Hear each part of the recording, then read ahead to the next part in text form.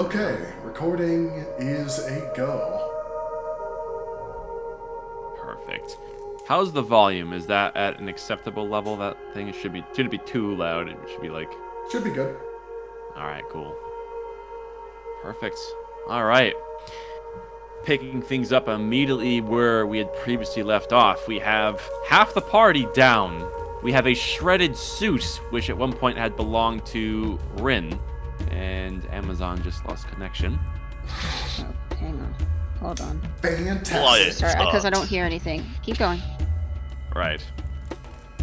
The shredded ribbons that at one point was Rin's suit is clambered in a unceremonious pile on the ground in the possession of Garrick, while Rin himself, or herself as it turns out, has been submerged into this strange glowing water in an effort to preserve them and save them from drying out and dying. Mayarx has suffered a sufficient amount of damage from trying to combat a possessed Rin and lay on the ground a clambered mess.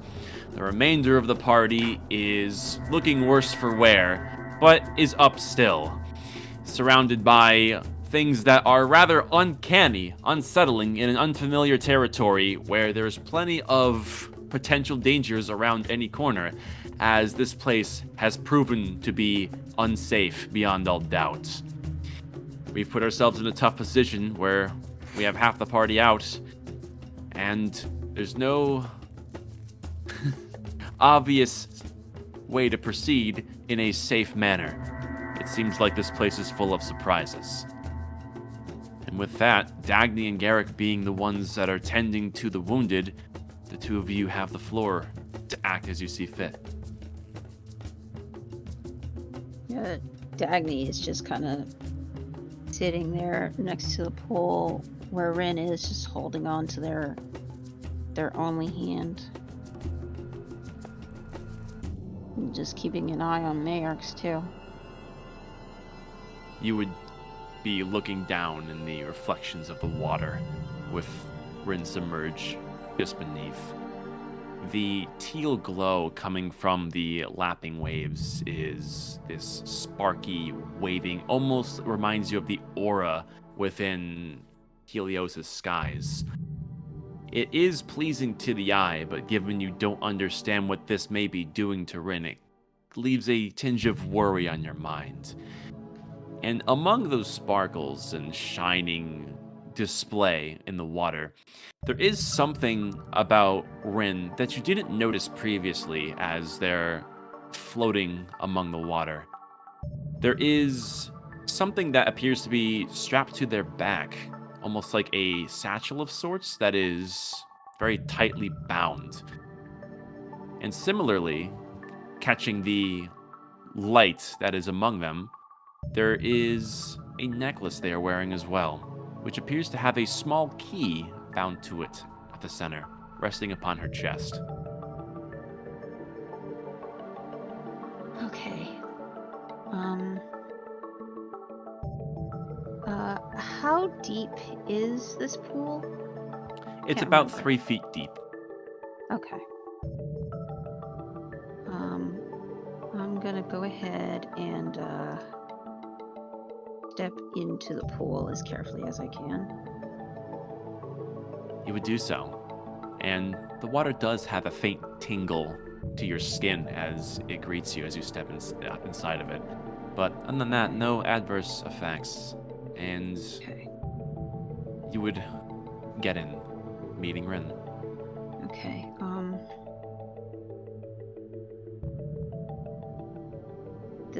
This key. Does it look like there's a lock on this satchel? You would take a closer look at Rin's back, and the satchel does have a button covered that you could easily flip up to see its contents, but there's no obvious lock.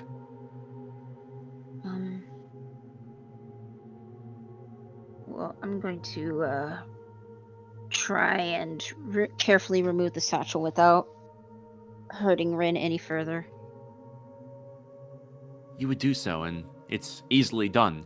You would unhook the button, and there within would be a small metallic, it almost looks like a tome.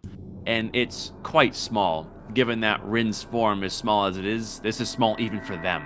It's like a hand notebook. And upon further inspection, you can see that this journal is, in fact, the pages and all appear to be made of some sort of metallic material and have these ornate decorations on them that you haven't really seen before. If this has some cultural significance, it's completely unique. And of course, there would be a lock on the bindings of the pages that would prevent it from being easily opened. You imagine you can put two and two together. Um, I did. so there's like no discernible title or writing on the book. Nothing. I didn't take you to be the type to loot those that aren't even dead yet.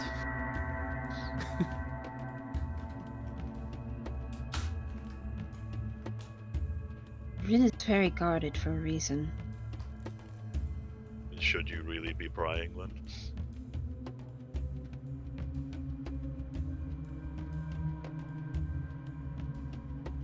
I'm not going to stop you, I'm just going to say that she is probably going to know that somebody's been into that diary.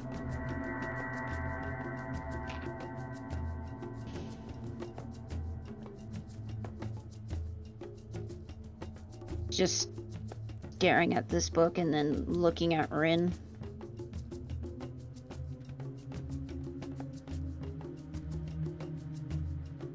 You're right. It's not a way to earn someone's trust. And I will put the book back where I found it. Is there anything else in the satchel besides this book? It appears that this satchel is perfectly sized specifically to fit this book and nothing further. That would be clearly its one and only purpose. Okay, I'm gonna go ahead and put it back as I found it on Rin's back. You would carefully tuck it away back into its sleeve and close the flap and snap tight the button. And you would leave it exactly as it were. You can see that Rin's wounds are stable, and the gills are functioning as this glowing water would filter through. They appear to be at peace for the time being, clear signs of life, although it's unclear what the future may hold, given that they're here.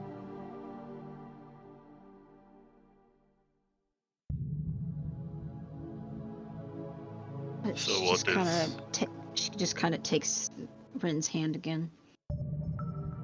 So what is the plan of action now?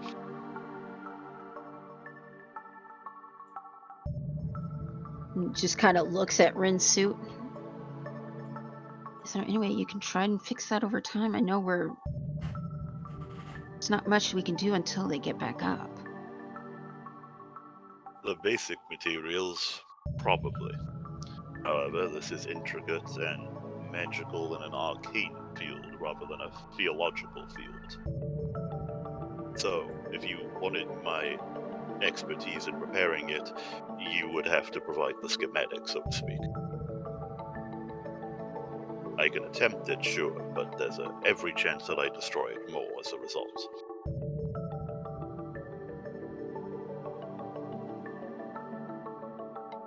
Puts her head in one of her hands.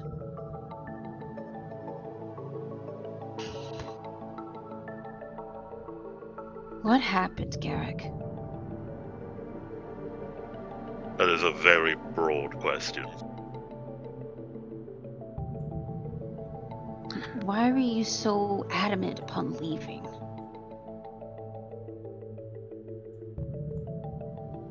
I suppose owe it to previous conditions that met a similar fate with the party that I was in. Believe it or not, being cornered is not comfortable, and that thing seemed like something that would chase us all around regardless. I wanted a quick way out, and in hindsight, I suppose, it didn't work out the way I had hoped. Certainly didn't. And the drow certainly wasn't much help either. No. But they're probably still around here. And I don't know whether that's a good thing or a bad thing. I'm in no condition to fight. None of us are.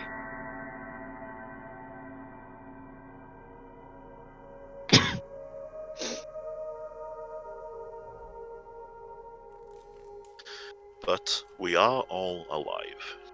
For the time being. So you wonder what happened to those bandits. Did they encounter something in here? Did they encounter that thing? Well, since we've been here, the amount of things that we've encountered, crazy man in the dark, seemingly well-trained drow in the art of stealth, a creature that can control, and he points back at the two dead things that are just kind of standing there, and take over the minds of those it feels like, not to mention the creepy crawlies that just seem to want to come out of the walls and take said corpses afterwards.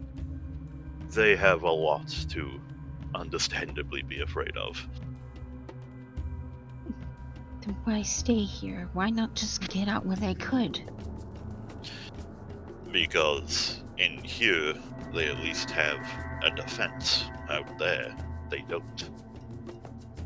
So whether they liked it or not, that thing would have came for them eventually. Destroyed them from the inside. Perhaps, but when you're given a shitty circumstance, you'll choose the shitty one over the downright deadly one.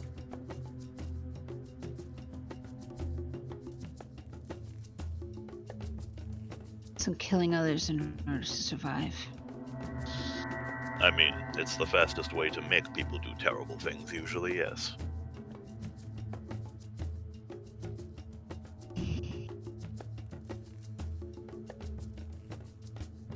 I understood that it was us or them, but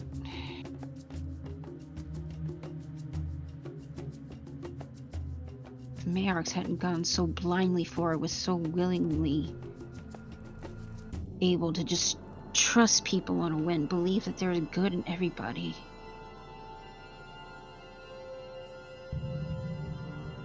We could have taught some. I think we could have taught some sense into them, but should have been questioning things from the start. We shouldn't have been so.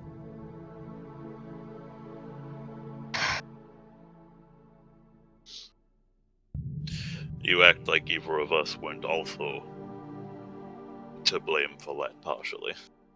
I hardly even got a word in edgewise before we ever all went forward.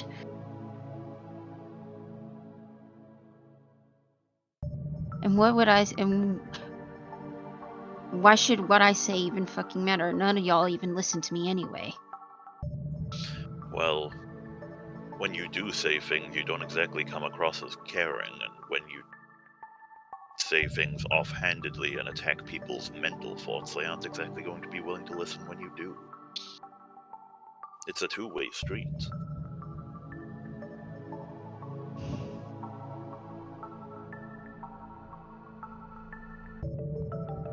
Well, Rin doesn't seem to hate humanity as much as she comes off it. Otherwise, why help me? Now that is a good question. However, I don't have the answer for that. The only person who does is in the pool. So what do we do now? We can't go anywhere carrying a broken up suit and 2 unconscious people. We're in no condition for that. Well, And both our exits are currently blocked, and I don't even know if that drow is still alive. that's where there's a silver lining, at least, to the situation. Everything that we've fought so far, we've either scared off or killed.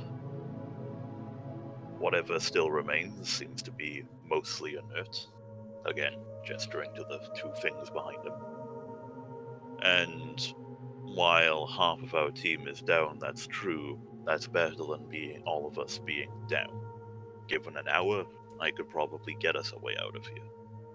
This is a situation we could pick up from. It's not amazingly dire yet. One other of us falls, then I would say it might be, but this is recoverable. Yeah. Well, suppose you should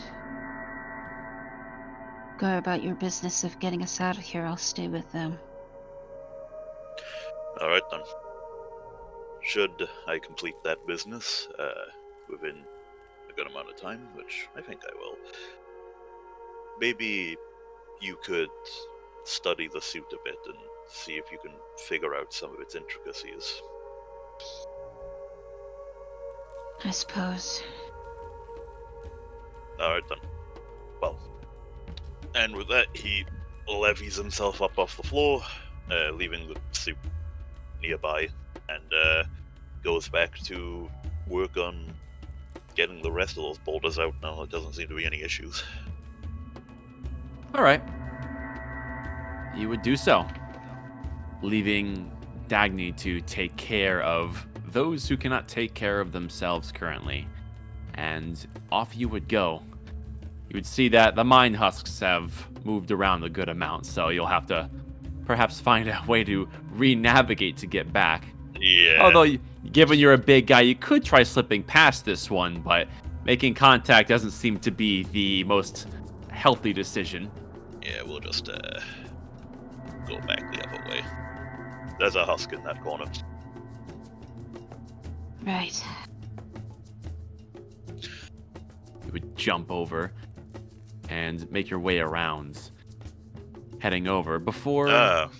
yes! You would spot him, as you would see the Dusk Elf from before, who was well wise to your approach. His hands are clasped behind his back. You can see with the way he was facing, he was observing your handiwork at the dungeon's exit, but has since turned his head to see your approach. Seeker, not deviating from its previous directives, is following around, giving you Dagny a camera view using Seeker. And he would stand before you with curious yet cautious eyes. Obviously, I'd approach a bit more. So, my first question, seeing as you seem to understand common, are you a friend or a foe? That would depend on who I am talking to. What's your opinion on Highshire, then? Doom. But not necessarily deserving. Well, that's a good basis for a start, then. It was doomed enough for me to want to leave it, along with those that came along with me. Regrettably, they weren't very smart, and were rather short-sighted. But considering that their corpses are now being feasted upon inside of the cavern's walls, I don't think that necessarily matters anymore. No, not really. Well, I'm glad you didn't have any personal connection to them, then. That would have made this rather awkward. They were means to an end. Well, I didn't expect them to last very long out here. They're better suited mugging people in the streets of Highshire. Out here, I don't know if anyone's ready for what's out there. Well, clearly we're still being surprised by all of the things that are going on. I did notice you've engaged in that creature. That cognitive amalgamation. These halls have gone quiet. What became of the thing? Well, it was a pain in the ass, or more specifically the mind, but it has been dealt with. Its little puppets are still roaming around, though.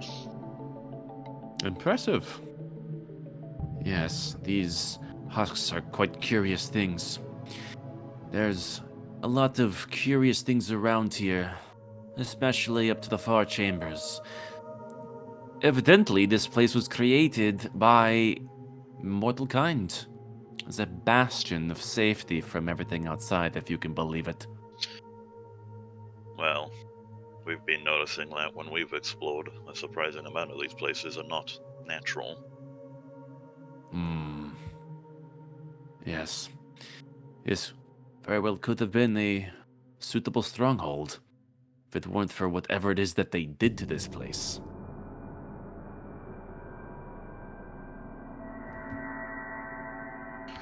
I'm starting to think that the old people who used to run and make this place weren't as good as they let on. At least history does, anyway.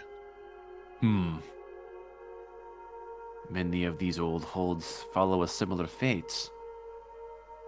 Although, given the circumstances they were in, I can't imagine they were unlike the ones that we ourselves are in. I pray we don't make the same mistakes. But now that you've established yourselves here, the question is, what will you do now? Well, at the moment, I want at least one safe way out of this place. From there, who knows? This could be turned into a bastion. That wasn't just the one for Highshire, for instance. Then that's good for everyone. If we could place people in it that weren't, I don't know, thieves, muggers, and people that you were working with, that would probably be a good step. Right. I don't consider myself much better. I don't really label myself a hero. What of you? What do you fight for? Well, common good, I guess. It's no use if everyone around you is scared, dead, inhospitable all the time. At least if humanity as a whole has some expansion on its hands, and everyone gets to live a little easier. And, you know, I would like to live a little easier. Well stated. I'm not sure what became of the entrance, other that the old magics apparently still had some life in them. As for the work you've been doing this way, he's pointing south. Well, if you can clear that, then you'll be doing both of us a favor. I did have intentions to snoop around where safe, but if we can clear that out, I don't think I'll be sticking to these halls much longer. And I think now that those piles of dead weight are off my shoulders, I think I'll do just fine out there, for whatever it's worth. Well, you don't have to travel by yourself.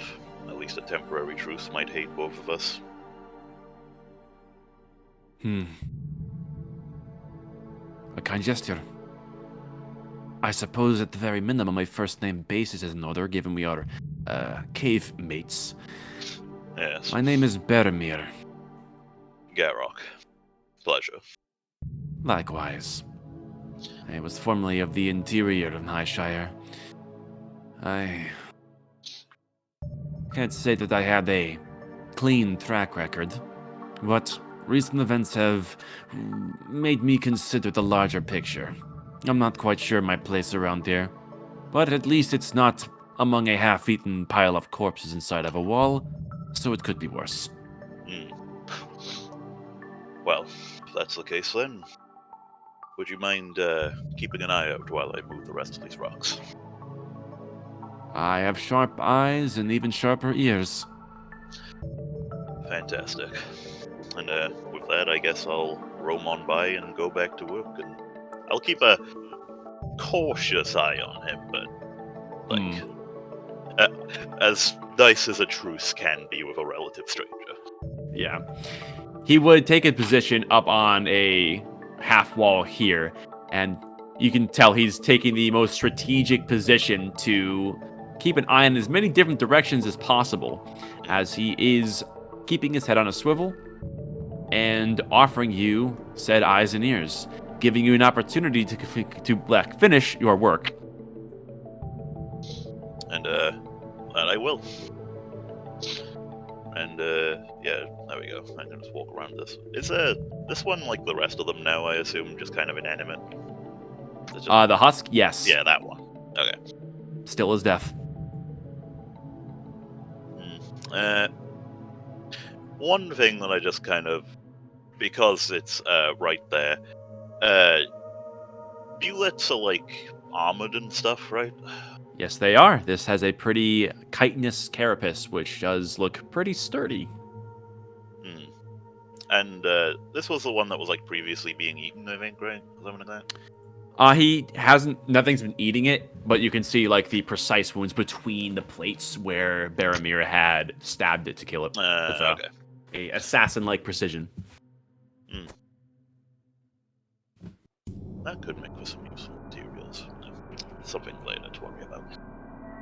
And yeah, with that, I'll go back to throwing out rocks, I guess. Okay. And beginning to move them, you would. You reckon you probably only have maybe half an hour's worth of work, given you're strong, and there's a lot of the rocks already out of the way. This should be a piece of cake. And now with actual eyes and ears that are keeping an eye out, an immediate threat has been dispatched. You think this should be easily done. And that will be what I do. There is one thing, and I'll shout it back to Faramir. You might want to make yourself known with the folk around the corner. She has a habit of casting magic at people she doesn't know. Oh, a habit after my own heart. I can say hello. And with that, he'll go back to work. Yep. And he would hop over. As Dagny, you are tending to the injured. And what's your passive? Let me take a look here. 13. Let's see. Oh, that went away. What the fuck? Don't do me dirty like that. I clicked the wrong thing. Boop. Old habits die hard. As you would, for a good couple of minutes, be working on what you can, with making sure Merrick's is alright and Rin is remaining stable, still keeping an adamant eye on the glow of the water, inevitably going into and through Rin's gills. And you can't help but feel like you're being watched. As you would eventually look over your shoulder to see, upon doing so, this familiar figure that you had met previously. He doesn't have anything drawn. He doesn't appear to be in a threatening manner, but he is very much making his approach. Just see him. And I will say to him in Elvish, you have a lot of gall showing your face here after what happened. He would return the exchange in Elvish, raising both open palms in a gesture of meaning no harm. I am not what you would consider a people person. People are often more dangerous than High Shider itself, and Helios by extension. So you'll have to forgive my nature. Just turns away and keep looking at Rin.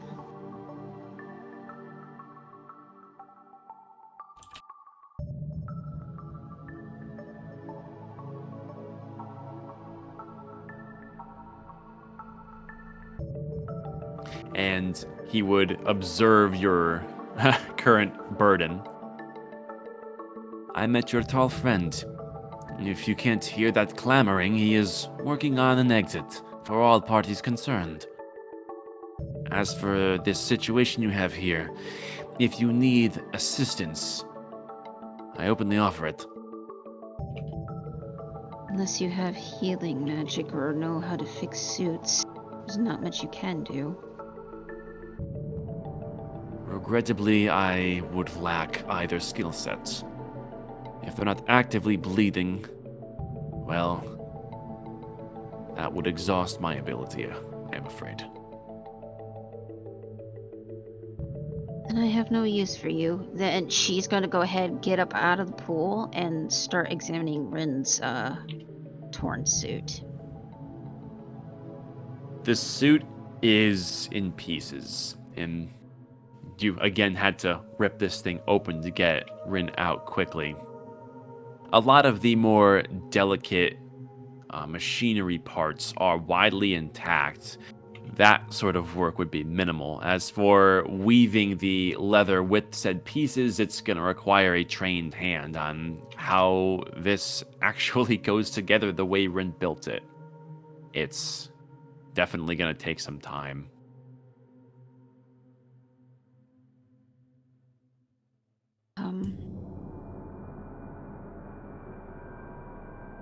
I'm gonna go over and look at Mayarks real quick.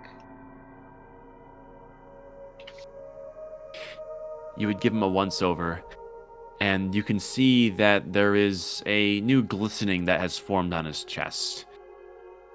And his breathing appears to be a lot more frantic than before, as if anxiety has overtaken him in his currently unconscious state. There's the occasional twitch in his arms, as if interacting with a dream in some unpleasant capacity. Is he still wearing his helmet? He is. I'm gonna go ahead and take that off. You would remove it. And I was never provided a description for what his face actually looks like, so we'll skip over that part, but I imagine you've seen his face before by now. And you can see there is some micro expressions on his face, little twitches of the face that seem to match his heavy breathing. She's going to go ahead and just... Like, she's petting his hair, hoping that he'll calm down. You would do so, but it appears to not be having any effect. I'm gonna go ahead. I'm gonna lean down. I'm gonna grab his hand. And we're just gonna kind of whisper in his ear. It's alright. You'll be okay. You're strong. Believe in you, you idiot. Don't give up now.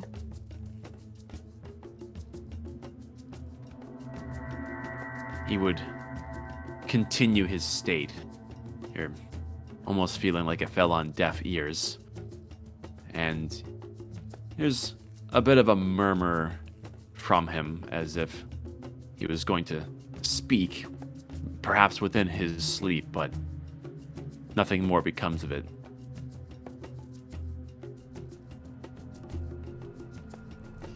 And while this is going on, and the clamoring of hard stone would continue off in the distance as Garrett continues his work in clearing the way, you would see the dark elf, or dusk elf rather, would, with a single bound, land very silently. Had it not been out of the corner of your eye, you wouldn't even know that he moved. And off he goes, as you imagine he's returning to the presence of Garrick, as he's once again in his post, head on a swivel. And Dagny, your attention would quickly 180 as you would hear there is some churning from within the water. As Rin, you are slowly coming to. Okay. And you awaken out of your consciousness. And your first sensory is a bit foreign. Your gills feel incredibly tingly, as does your entire body, as if you had lost the ability to feel for a while and it's only just returning, but something more than that. You feel very strange. Not to mention that your head is pounding and you are incredibly sore, and the familiar comfort of being within the confines of your environment-controlled suit is not there. You don't know where you are. You're in some strange glowing puddle. Yeah, Dagny hears the churning and she immediately goes over towards the pool.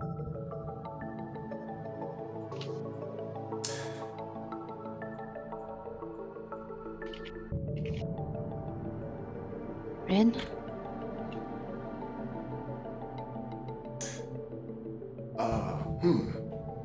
I would definitely say that Rin waking up in essentially a puddle, feeling horrendous and completely out of their suit. Dagny would see, but under the reflection of the water, a look of sheer panic. As Rin is currently. I imagine with all this happening, they don't immediately take in their surroundings, but, I would suppose they would be frantically looking around and trying to take stock of what's wrong, where am I, where are the others. You would see that you can definitely tell you're in a small space of water, and the water has this unnatural feeling in it, and it's very hard to properly understand at a second sensation on what's doing to you, but you feel out of it in many prospects. You would look up through the reflecting surface water, and you can see that there is a familiar humanoid silhouette that is looking down over you, and you can discern enough of it from the faintness of the water that must be Dagny. You don't see anybody else. You can also see is overhead. Rin, like, visibly Seeker. freaking out? Oh yeah, like definitely. Yeah, I think at some point she would kind of jump in the water and just kind of reach for your hand and try and calm you down. The immediate reaction is to shy away from the disruption. Rin, easy. It's me. You're alright. You're still alive.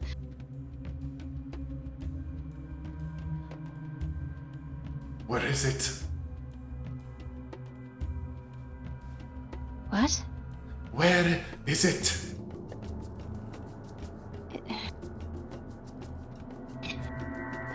It's behind you. I'll try and... Well, she'll reach to try and attempt to lift if Rin will let her.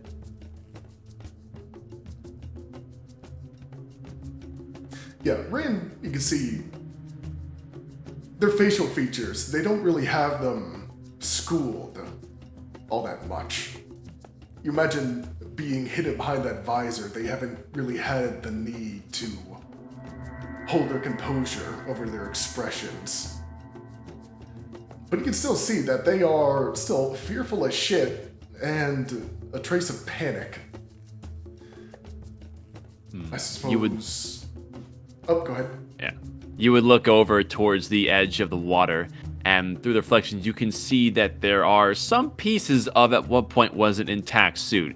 It dawns on you that your only vessel allowing you to safely explore this world has very much been compromised, and you are as exposed as you have ever felt.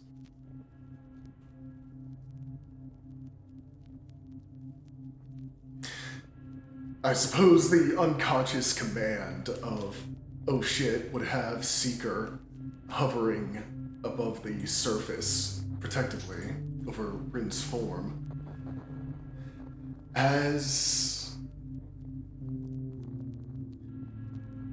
they try to calm down and take stock of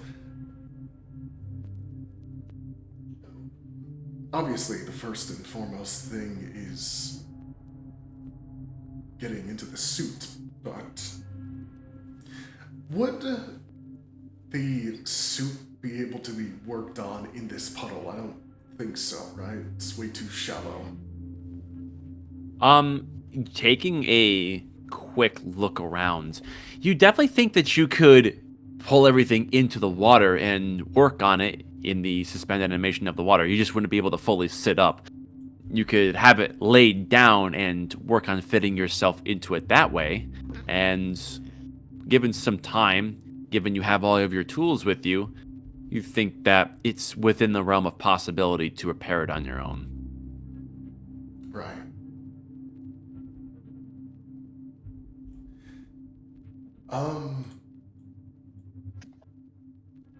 But yeah, Dagny would definitely see them still panicking, but the gears behind their eyes working. As they turn back to you, I imagine their voice is still kind of strangely muffled and bubbly from being under the water. As they say, I need you to bring it here, to me. Bring it into the water, you mean? Yes. Okay. She will get up and walk around to where the suit is and try and put it in the water as carefully as she can. Easily done. You have it in a semi-organized pile and would be able to descend it into the water in which Rin is seated. And Rin, you would receive this. All the parts appear to be present, but there's definitely a good amount of shredding that has taken place.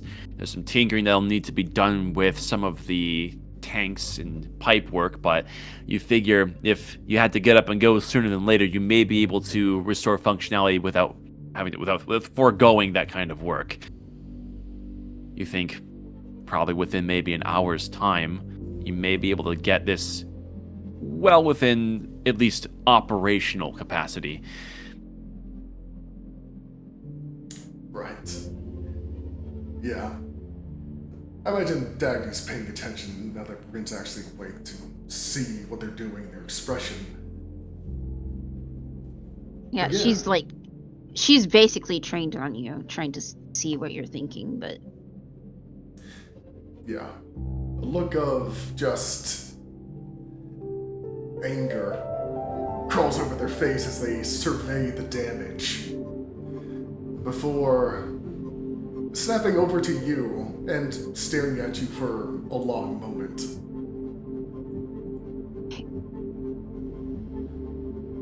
like she has this look of guilt on her face. I didn't. I was only worried about trying to get you out. That thing latched onto you so hard. We didn't know how to separate it from you. And then trying to get you out and make sure you were okay. I didn't think we had time.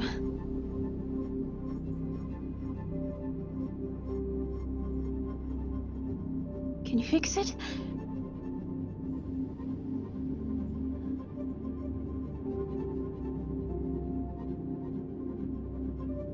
I should be able to. Where are the others? Well, Mayarx is across the other way. He's fell unconscious as well. Garaka's still removing the rocks, getting us away out.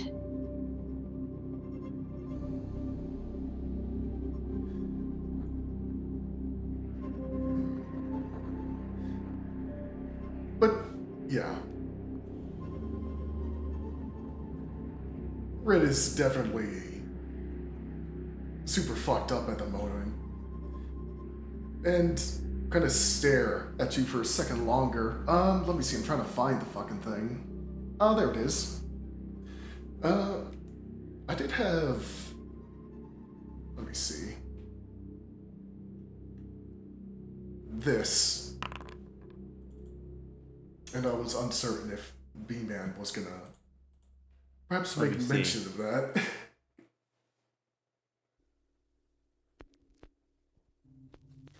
Not sure that This how would- that be this would- conveyed. This would absolutely apply here.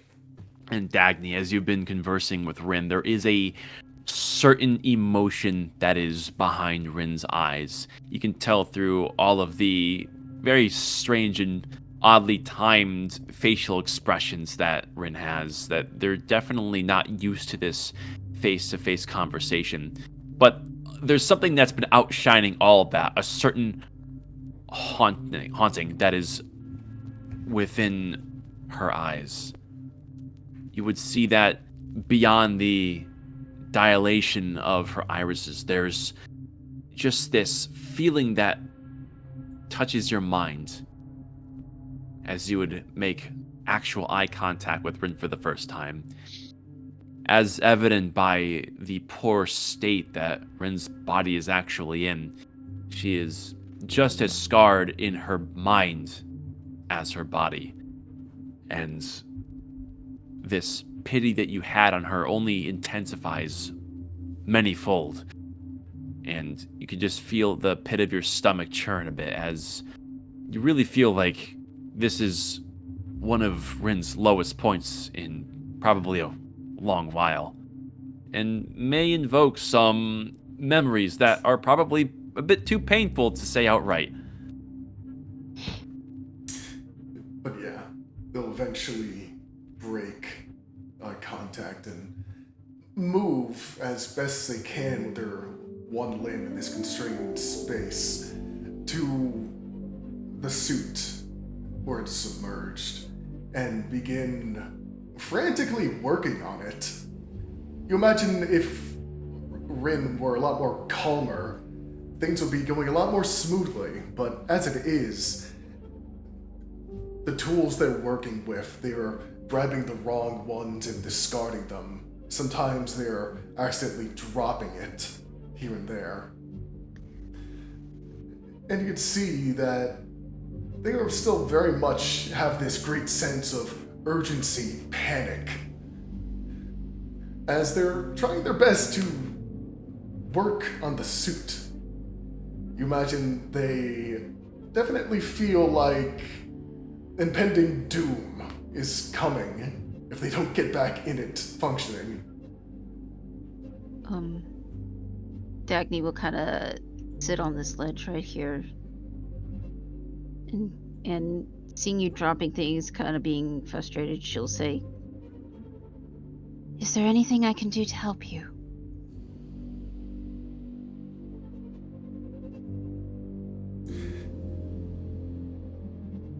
Rin will just cease for a moment, side-eye you for a moment before replying.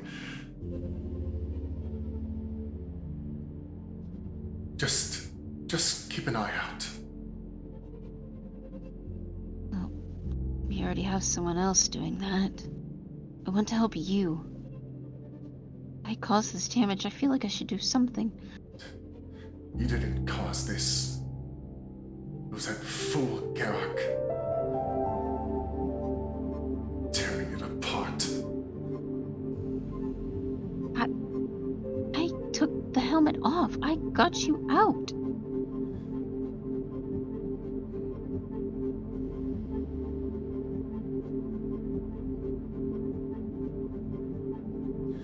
Then I suppose you've done enough. Would I be about done now? I'll get to you in a second. Okay. Ren, please. You've done so much for me already. Let me help you.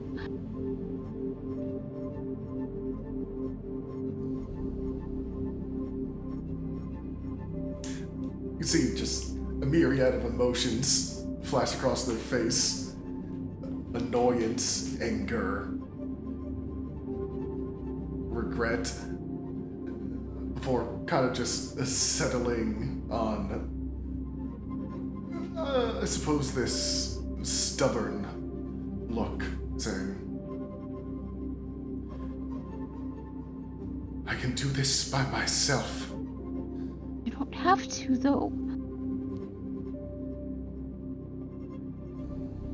I don't need your help, and I sure as hell don't need your pity.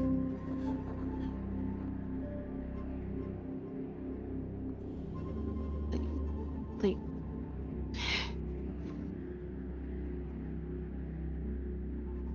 she will get up. Despite what you think about humanity, you and I are more alike than you think.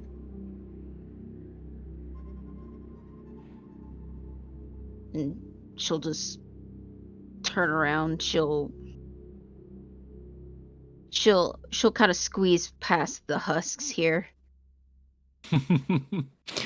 I'll say that, given they're not moving, you can do so. You are a rather small figure. Just go over here to this pool and just sit on the edge, just looking into the surface, and she'll start crying, just sobbing silently to herself. Oof.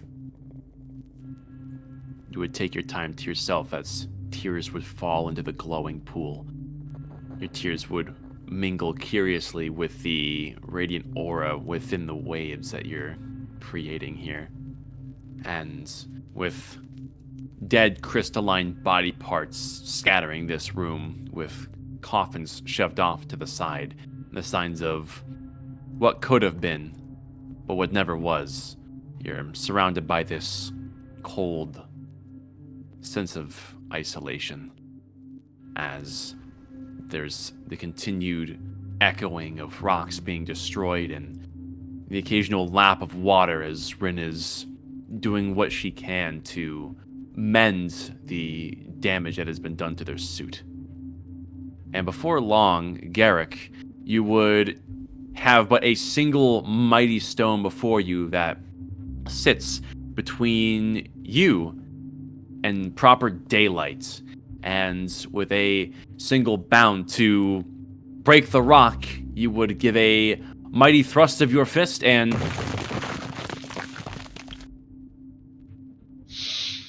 the way is clear. Clear off the extra debris, kick some out, and I'll take a cautious peek outside just to see where we actually even are. You would take a look outside, and you can see that there is it's a bit of a, I'd say a 30-foot long hallway, 10 feet wide, where you are, that leads to the outside. And you can see that this comes out to a bottom of a rather steep ravine that you imagine they may have carved themselves, whoever created this place. And there's a winding path that would lead up the side of the ravine made of stone that leads to topside. You can see that there's some passing storm clouds still overhead, and there's I believe it's still, I'm gonna say it's midday around this time. The setup here has the intention of never being. Yeah, given that everything you can see right now, just roll perception for any more details. Sure. One perception. Ooh, look at that. Oh, it actually rolls the thing now. Ooh. Yeah, Yeah, I turned that on. I thought it was pretty cool. The dice have roll-off. So, 14. You can see that the storm clouds are beginning to part, so in the event that traveling would be taking place around this time, or at least within the day, you think, the weather would be favorable. And keeping an extra keen eye into the sky for an extra long while in case there's anything churning in those clouds, you would be pleased to see that there is no signs of immediate danger. A semblance of peace. Unexpected, but not unwelcome. I'll never understand how people willingly live underground. And with that, he'll go back in and I guess join the rest. You would see that Baromir is observing your handiwork and gives a acknowledging nod to you. Look at that. Ah, daylight. I've always had mixed feelings about it. I personally prefer being outside to inside, but that's just preference. Well, to each their own. There is safety in darkness. Well, if you wish to take a step outside and get some fresh air, you now have a way to do so. I think I'll take a small stroll out there to survey the area it leads to. Given that you've done your legwork, it is only a courtesy that I do the same and scout out to see if the road is clear. Well, that is kind of you. It looks like there's some animosity between your friends. I would maybe try to knit the social wounds that have taken place. That is in no way my strong suit, and I wish to distance myself. I may be a cleric, but much like you, I imagine social paradigms are not my strong suit. But I'll see what I can do. Well, best of luck to you. I shall Yeah. return. And And yeah, off you would go to the outside world. And you would take your time to give a hop and a skip to get back. And across you would go. And you can see now that Rin's suit has been submerged underwater. As there's clearly the signs of him at work. we'll get to that in a second. But well, seeing as we're going this way, let's do this conversation first, I guess.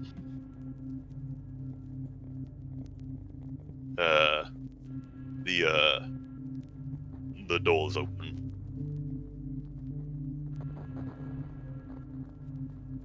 Could I ask why you're staring in a pool?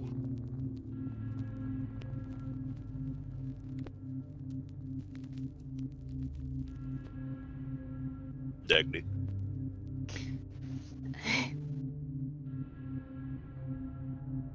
What? The way is clear. The drow said he was going to scout it, and you okay? Rin's awake. She's fixing the suit now. That's a good thing, no?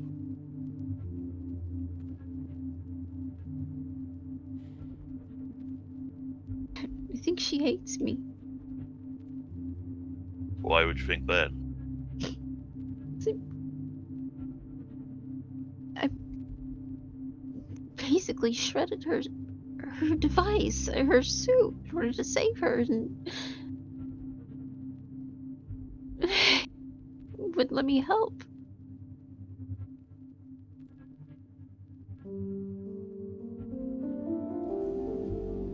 Did she wake up panicked?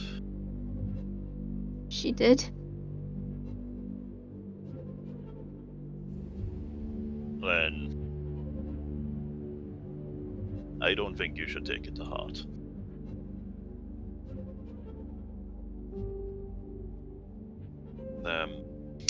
How do I say it? When people are vulnerable, they lash out without thinking. And I imagine, considering they wrap themselves in an inordinate amount of steel 95% plus of their life, they are feeling very vulnerable right now. Reason I think.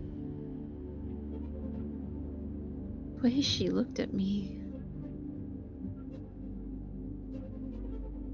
Something awful happened to her. She won't talk about, not right now. I think something did that to her wherever she came from. Something happened there that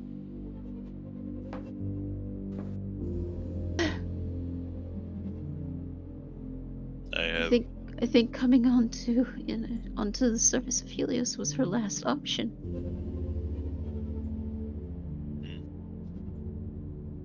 I suppose that makes sense. Whatever she called home is probably gone.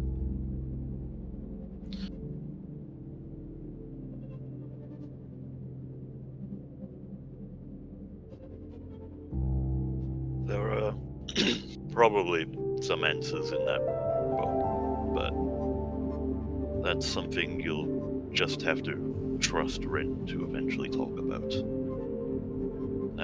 If that turns out to be the case, then I can speak from my own experience that it's not an easy subject to talk about.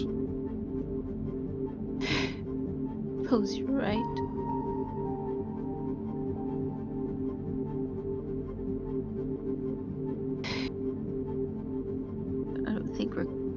going to get out of here much sooner than you think. And probably has a lot of work that needs to be done. Well, I'm going to go and talk to them next and see if I can lend a hand. Regardless of whether or not they might be in the best mind to accept it. I'm not going to try and cause any problems, but I'm hoping the distraction of crafting will ease that mind a bit. Can you check up Max while you're at it too? I think he was having some sort of fever dream. I will. Will you be okay here by yourself? She just nods her head. Alright. And Garrick will walk by. He will put like a comforting hand on your shoulder, just, I'm here if you need it. Just politely just taps your fingers. And there's that. I'll go over to Rin, I guess, and Yeah. awkwardly step through the bodies, I guess. Like, I'll stop you there as you're on your way back. I'll just keep you here just for a second. Rin, you would, I presume, continue your work as you're trying to get your suit back into a somewhat workable condition again. Yeah, I did want to ask, because obviously being submerged fucks with it, but hearing, was I able to hear any of that? Like distant crying or anything? Even you're actively working on something else, what's your passive perception? Let me check.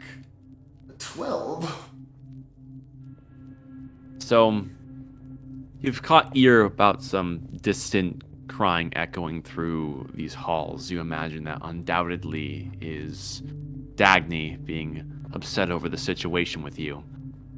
And you may have caught like a murmur or two of potential conversation between her, which you only assume to be Garrick, seeing as the moving of stone is no longer echoing through the chamber, but you weren't able to decipher the actual conversation, given you are distracted and underwater.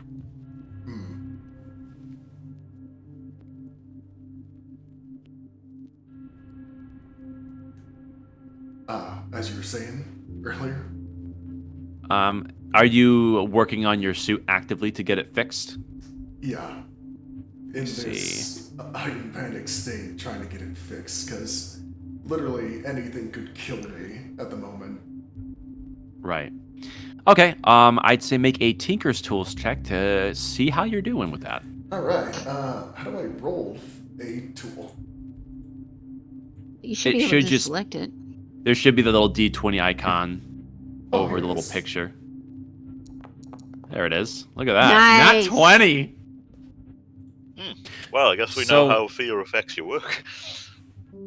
With everything stirring in your mind, heart, and soul, you bury yourself in your work like you never have before, and quickly go to get your only sense of safety back up and running. And as you're beginning to work and you let your concentration tune out all of the emotions, there's something else that you just can't seem to get out of your head. This strange tingle that is pulsing through your body. And you find that as it pulses through your mind, your perception on what you're doing, your receptiveness and ability to concentrate on this, in your artificer work, is actually amplified to an extent. And it allows you to work substantially quicker. Your mind, however, feels foggy, even though your perception is as sharp as ever.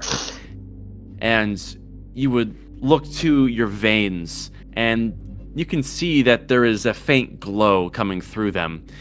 And you would begin to understand, while you're able to make substantial progress as a result of this weird effect, and get most of your suit in a basic working condition for a short-term fix, you still feel odd, and there's the tingle that you can't seem to tune out with your work, as it's dawning on you that you're being affected by this water in a strange capacity, as you are suffering from this.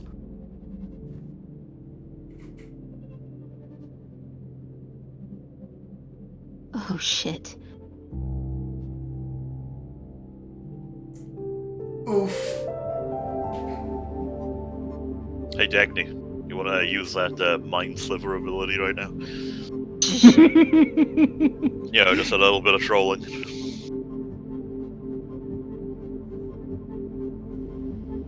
Yeah, you would take a moment to process the fact that you do feel a bit odd, helping you in some ways, but at the same time, you feel almost disconnected from what you're doing in a strange sense.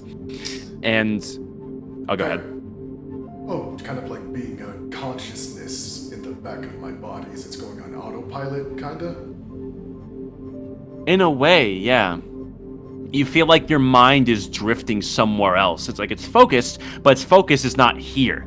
It drifts around in the water almost. And through your artificer work on your suit, and even dwells on Seeker for a little while, just fixated on the soft whirring that previously you weren't able to hear as it was above the water.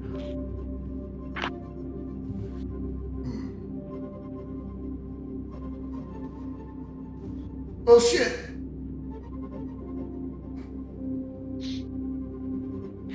And while this is going on, you would take a look over towards your shoulder as you kind of do a double take, not sure if you're even seeing things or something. And there's a small cloud of crimson that is descending in the water, a little red splotch. And you would follow it to its origins, and you would see that there is a small pooling of blood that is coming from Mayarks.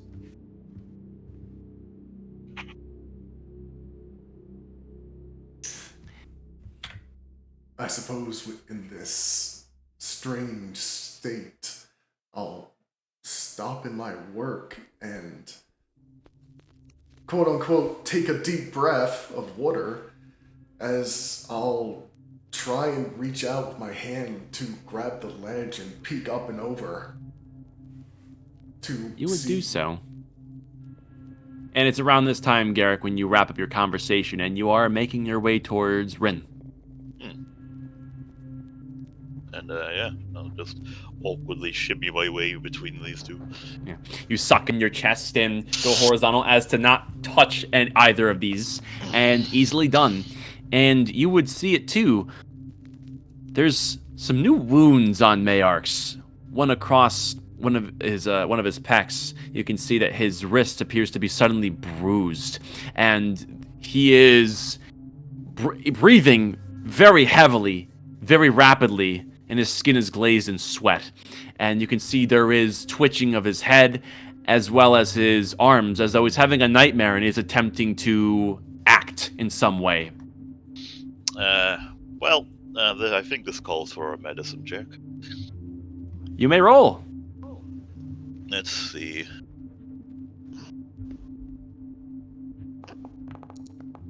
Oh, come on. no.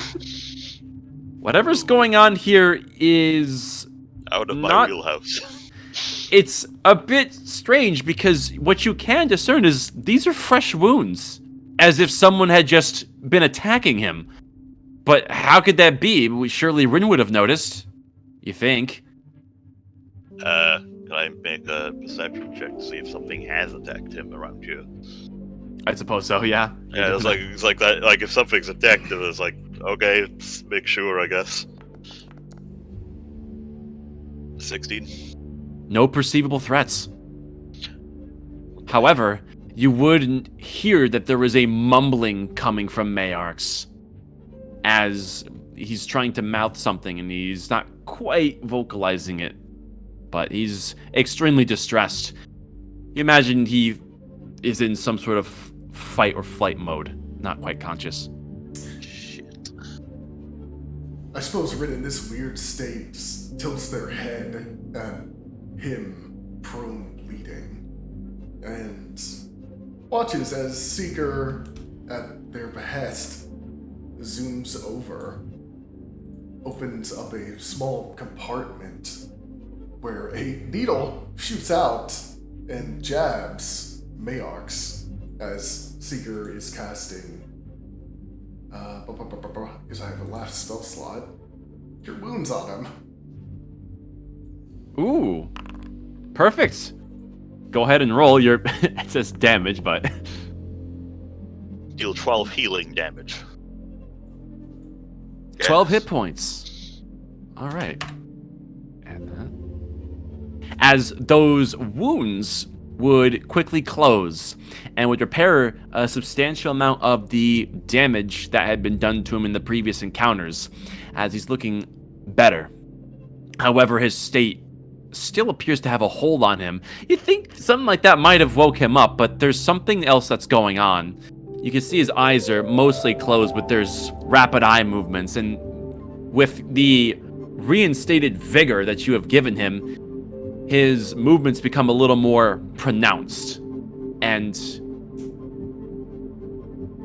he would murmur something that you both are able to hear as you hear him through his breaths. How could anyone ever call you a venerator?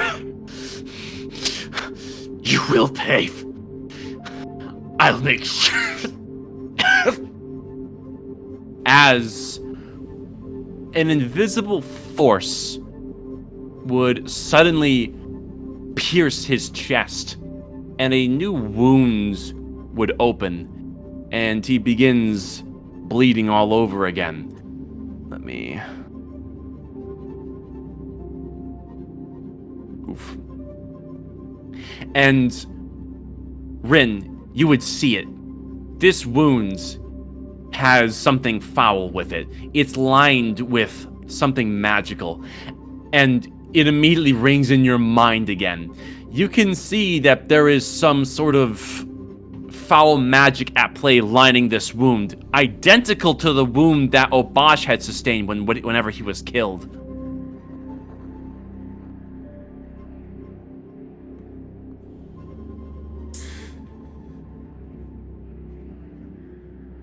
Well, damn.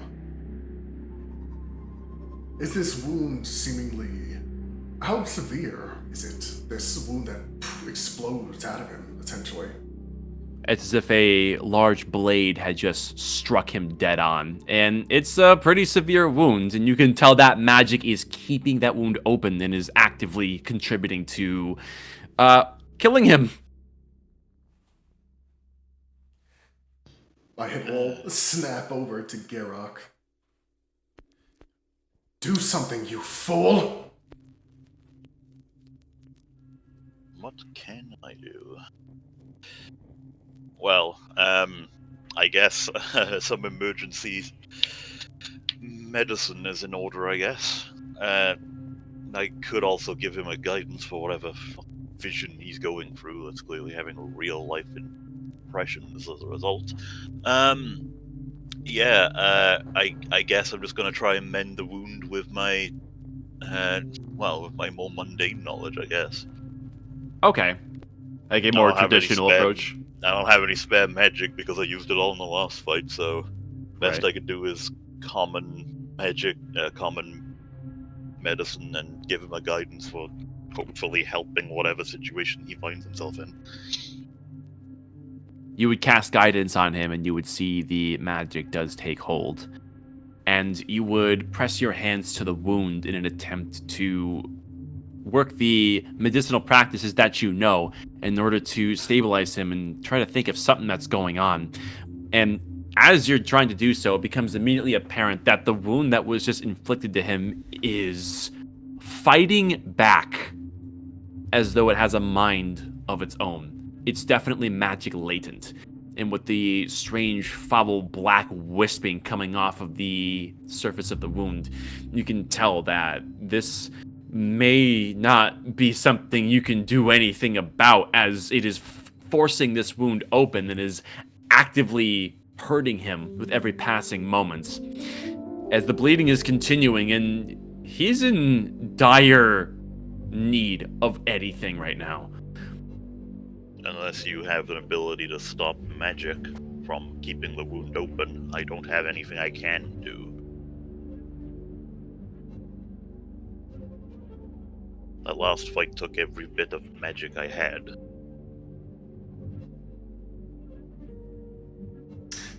Ren doesn't say anything, besides giving you a scathing look of, strangely enough, kind of just shocking how intense it is, of pure hatred towards you, before shifting back to Miox, currently getting his ass kicked. Dagny, you can hear the now hyperventilating and somewhat exacerbated Mayarx. That's definitely him. Something's going on. Yeah, Yeah, like- immediately getting up and running over. What's happening? He's having a vision with very real effects in the real world. I will kneel down next to him. Mayarx! Mayarx, please! He would be unresponsive, and you would see that he is attempting to raise an arm in an open palm gesture as though he is reaching for something, before you see a similar invisible force meet his chest as he is kicked over here by said force. There is a crack. You can imagine that may have been a rib or two, as this wound would worsen, and he's in critical condition. And you can see as that hand of his is still raised, there is a twitching in his fingers within a losing sense of life, as within his hand would be the cartographer core. He summoned it. Dagny, grab it. Yeah, I'll take it. I run over and I take it. You would grab a hold of it. It seems though he was trying to hold a firm grip onto it, but it was extremely weak, and you're easily able to relieve it from him, as his hand would almost seemingly follow the core as you yank it away from him, as though he was trying to get it. I put the core under my arm and I grab his hand with mine. You would see that his arm would go limp and would lose all of its sense of life. No. Like she will basically just kind of get on top of him. Mayarx! Wake up! Wake up! Oh, There's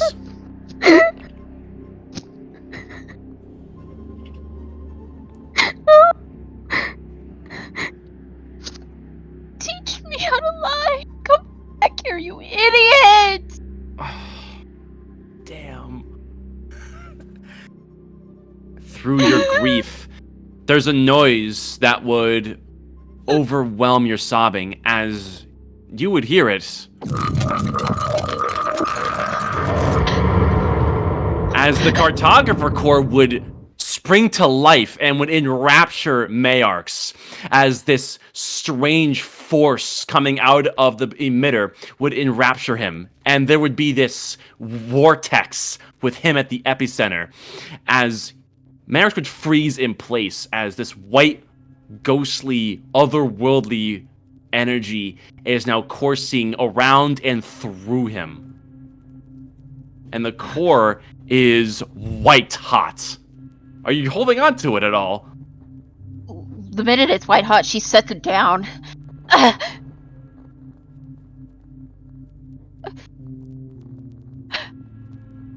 Just watching this. The three of you would look on dumbfounded as the cartographer core is spewing out this strange vortex that's surrounding him that you've never seen before. And it's doing something in the space around him as this strange bubble is forming around him. It's almost as if this function of the core suddenly put him into a sort of stasis.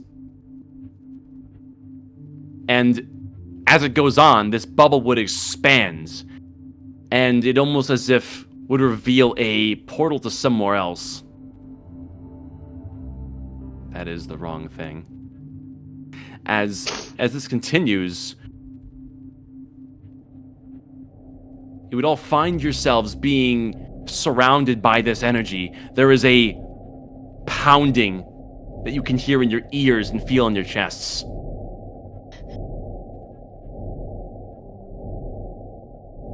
As Mayarx's body goes white, and your vision goes white along with it.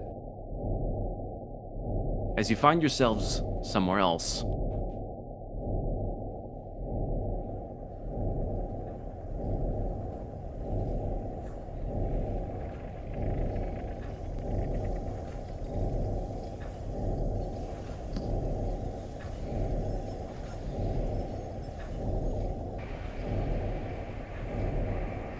That'll take a second to load. Yep.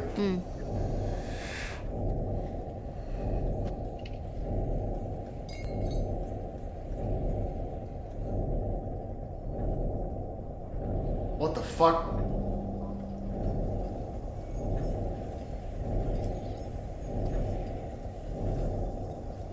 Your surroundings would be overtaken by this energy created by the Cartographer Core, and you would feel a shift in space. As Mayarx, still the epicenter of all this, surrounded by that white energy, is now the center of a different place altogether. As this white ethereal force is creating a different landscape that you would find yourselves in. And you would, for Rin and Dagny, see and hear the familiar sights of steam moving through pipes, strange metallic contraptions, a steam in the air, and a familiar face.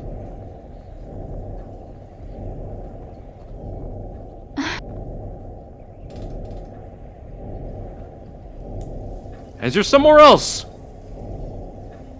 Rin, you're back in your suit, and you can see that there is this white ethereal energy that's around you, as if you yourself are only a projection of some kind. Dagny, you're much of the same, as well as Garrick. And for the two of you that know Magnus, the Startographer, he is surveying Mayarx with his hands clasped behind his back. A series of mechadendrite arms are prodding at the strange bubble that is encapsulating his body, with the wound still present, although seemingly frozen. There's small flying contraptions that are surveying him from somewhat of a distance. As Magnus, breaking his concentration from Mayarx, would look towards Dagny and then towards Rin, and a passing glance at Garrick. Magnus, Cartographers, I have questions. can you help him? What's happening to him? I had the same question for you. Could you explain why the now burned failsafe built into my core has enraptured this one in a time dilation? I don't know. It's like he was fighting something inside his mind. We were in the physical world. He could see him being attacked. Something was attacking him in his dreams, killing him.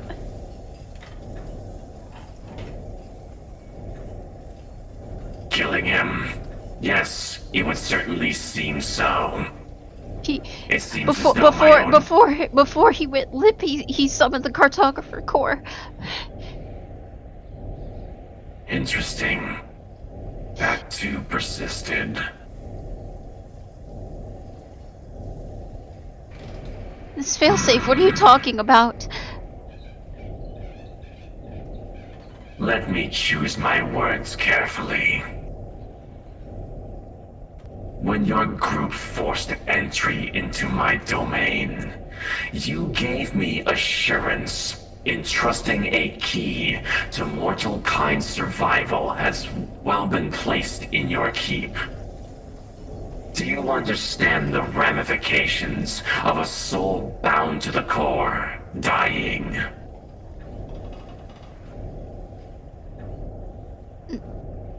She's kind of flabbergasted, but she just slowly shakes her head no.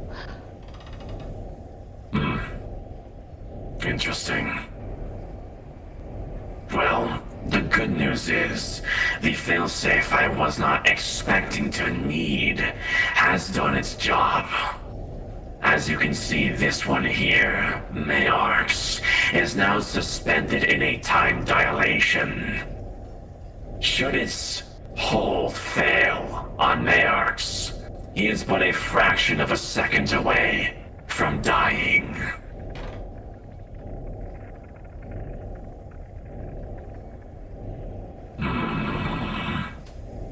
This is troubling. I had all of your words that something like this wouldn't happen. Or if it did, it would be abundantly clear that it was necessary. Was that a fabrication? I don't understand what you're talking about.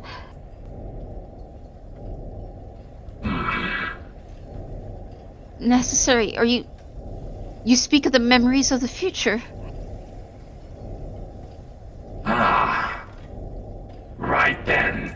At the current timestamp, I presume your awareness of the states of mind your entranced selves were in was something almost otherworldly when you sought me out. I presume, as projected, your unlikely outsider friend informed you. Outsider? Look at Garrick. You mean him? No. He's not a familiar face. I'm not even quite sure why he's here, truth be told. No. The You mean one that Obosh? Ah, now we're talking. Yes, that would be him. Oh. I mean, we had to leave him in a certain state before exploring. We're in a different area than he is. The last time we saw him, he was being resurrected as a miracle. It was something had attacked him. Really I now? think it. Like, did I get a good look at the wounds before he went limp? Oh yeah, you saw what was happening. It was clear as day. Were they similar to the way Obosh described his wounds or how he was being killed? 1 for 1. I think whatever attacked Obosh and killed him was also attacking Mayarx. So, the other players in this game have made their move. Move the pieces into the necessary places to undermine such a prospect. How curious. I wonder who is on the opposing side. Could it be someone from before? Or perhaps someone new? Pardon my cryptic words. I need to choose them very carefully in your presence.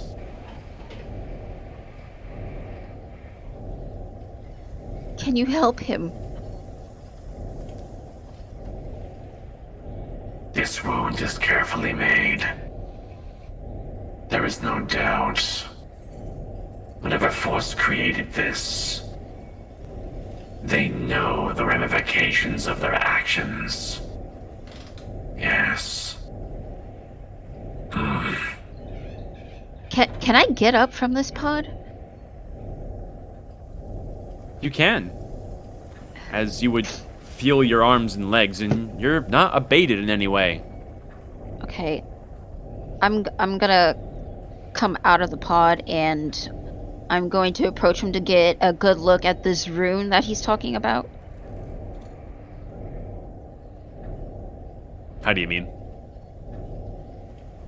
Like, is it something I would recognize? Is it in a language that I know? Which rune are you talking about? Well, you said there was something that was on Mayark's, right? The only thing I described was his wounds, which essentially there's a foul magic that is ripping it open. It's the same kind of Okay. magic that was on Obash's corpse. That's what I meant. Oh, wound. Okay. Yes. He spoke a name. Venerator. Venerator. The icon? He spoke about it before. He said he had a dream about it. You remember? His exact words before going unconscious were, "How could anyone call you a venerator?" He had a dream before, back in the High Crucible. He imagined himself as an icon of Zula fighting the icon of veneration. Do we have a description of this individual? I think he drew a picture of it. I can't remember.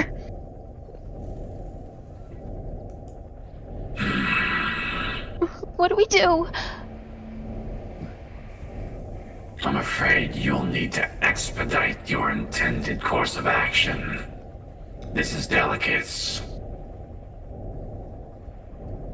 What about Mayark's? How was your other friend resurrected from such a wound? Well, he had died, but The the chaplain at the time, Chaplain Sadrius, now chosen Sadrius, I believe, we brought him back to the Pillar of Commandments, and he performed a miracle on Obash, brought him back. The chosen of Zula. Yes. Yeah, before he was They will resurrected. not step foot inside of my sanctum. That cannot happen. Let me make that abundantly clear. I understand that, but we need to help him. What do we do, Magnus? What would you have us do? This does not change your initial objective. It only emphasizes it. Perhaps the handiwork of a startographer versed in such a thing may be able to help him. However, I could not be of assistance on where to find such a being. We kept ourselves hidden in dilations in space and time. For if we tread the worldly ground of Helios, the risk may be far too great. We would be sought out by those who come after us. It would endanger everything. I cannot leave here, and now, given Mayark's delicate situation, neither can he. Only someone I trust.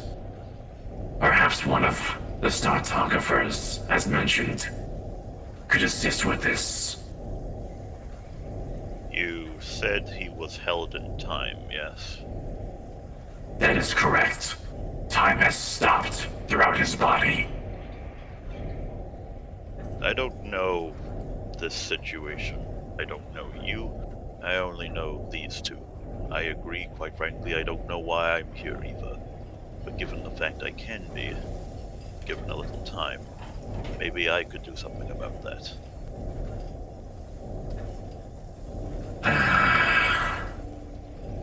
I wonder if your presence here was also a move on the opposing force's part. What role could you play being here in the sanctum of a startographer? I have very little context for this place, so if I am placed here as a pawn, I don't know why. I just look at Garrick. I think you know why.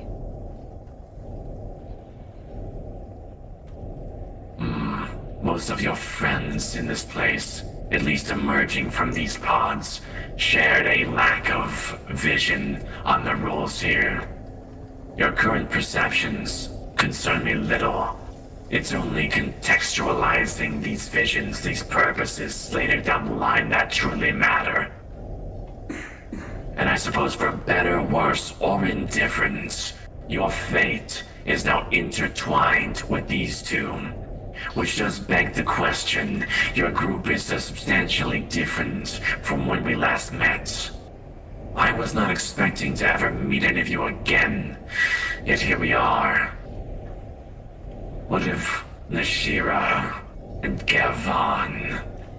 Nashira, as far as we know, is being held within the Inquisition under observation. Within their Gar- custody. Yes. Gerban was much the same, but he somehow left the Inquisition without anyone realizing he was gone. Reckless. I had assured, or at least had been assured, that you would stick together to minimize risk. This is not ideal, cartographers. Believe us, it was not of our own doing. And what if... No, I did not entertain that line of thought. What line of thought? It's curious. I was more than just impressed when you had found this place. I was terrified. Over a century of protecting all the knowledge I have been cursed with in this dilation. And yet, 5 clueless mortals wandering outside of their walls for the first time were able to find me in roughly 2 days. Terrifying. I choose to trust it may have been fate. Should you believe in such a thing? If forces far more powerful than the likes of you have been unable to find, let alone penetrate this place, then how could you have done so easily? Do you think it has something to do with Nashira's connection to the rings? I can't say. And even if I did, perhaps I wouldn't say.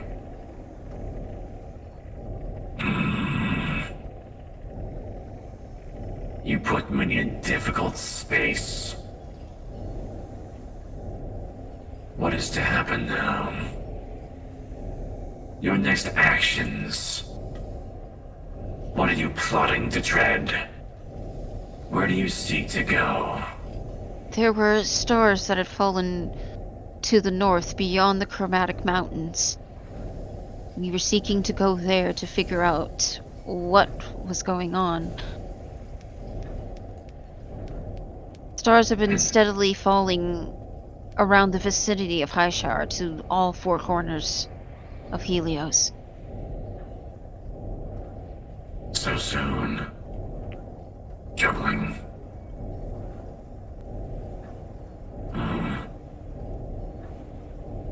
I'm afraid I can't offer you anything.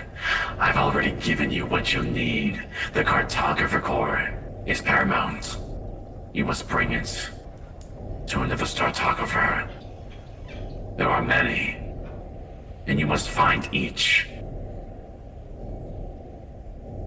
Do any of them live in a giant tower? I wouldn't know. Such a large land formation. It would be ideal, erring on the side of caution. The pillar! And I look at Rin. The pillar you saw! That is our best bet. I would seek to disagree. Our way of existence is subtle. For instance, there's no worldly method of entering a sanctum like this. I imagine imagine the Startographers adopt a similar air of caution. However, they're not completely unbound from Helios upon finding the right geographical location, courtesy of the core. You will need to find out how to get into their domains. You need both the correct location and the correct means to get into their domains. I wish I could give more sound and clear advice than that. But unfortunately, that's as concise as I can be. We refrain from sharing our secrets with one another in the event that one of us were to fall.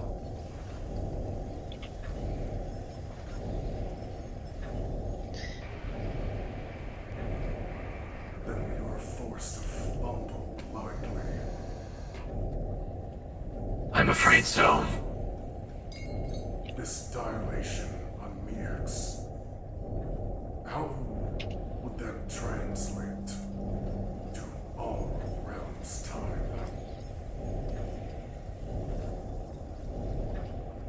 Must we find the Startographer before this ceases to function and bringing forth its death? In my care, Mayarks will be secure. I have means of perpetuating my machines. And what you see before you will last. Time flows through this place differently. In fact, it doesn't necessarily flow at all, not in the worldly sense. It flows around my sanctum. Rest assured, if you can find the means, you'll be able to secure your friend's life. That is for all our best interest. Should his tether to this world and to the Cartographer Corps be severed, the wrong things may sense it. What would the ramifications of any of those bound to the core have? Yes, Mayarks is not exclusive to this. Should any bound to the core perish, it jeopardizes everything we seek to succeed in.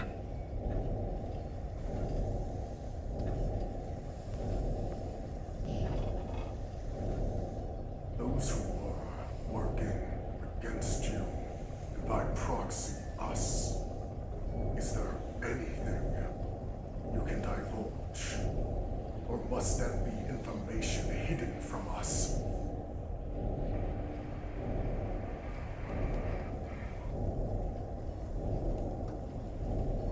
He stares at you for a long while. And you can see that he is definitely caught in a vice. Roll persuasion.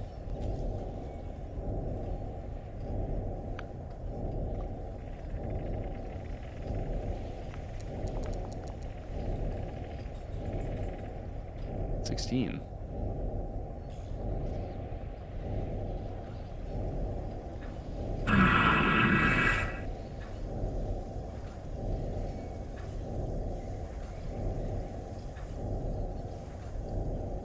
Our enemy is beyond our understanding.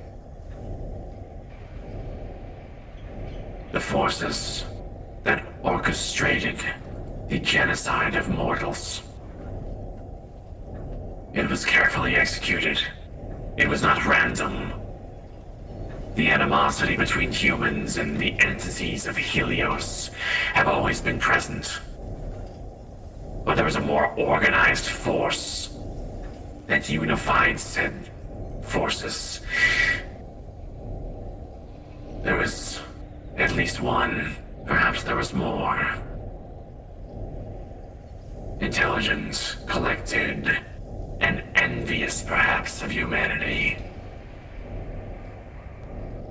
What they couldn't have, no one else in this world could have. And thus, genocide was their answer. ask for Highshire's survival? I don't have concrete answers. Civilizations far larger and stronger have fallen. So what could have bolstered Highshire to survive?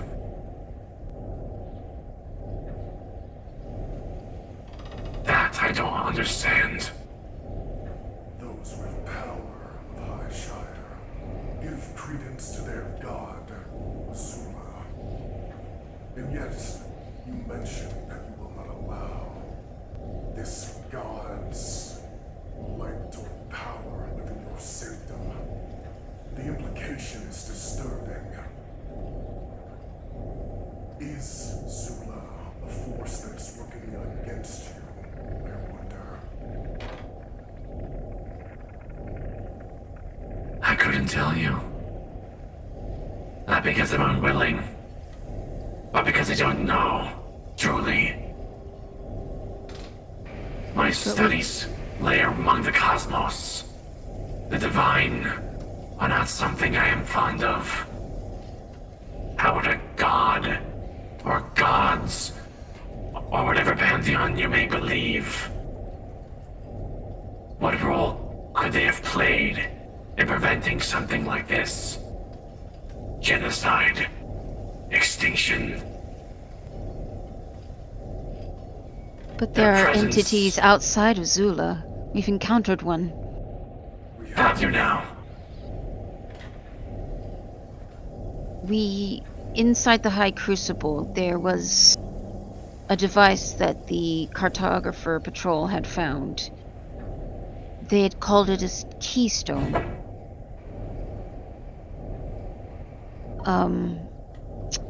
Garak, and I point towards him, tried to get close to examine it, but it repelled him. And when he tried to back away, the stone cracked and some sort of eldritch being emerged from it. Many-legged chitinous thing. Are you suggesting that creature was a god of some kind? No. That was but an entity. A being among Helios. One of the many that had orchestrated said genocide. Do not mistake them for gods. They are fallible. They can be killed. And In yet theory. humanity created a device to imprison it and use it for their own power. I would suspect that handiwork may have been one of my colleagues. You're saying a star cartographer left that behind? It is certainly possible. Would you happen They're to know on- who? No, I couldn't tell you. And it was well within the realm of our expertise. The secrets of Helios, for those who dare clutch them, give abilities which are beyond even my understanding to this day. Perhaps it was developments like this that drew the ire of the entity's hate.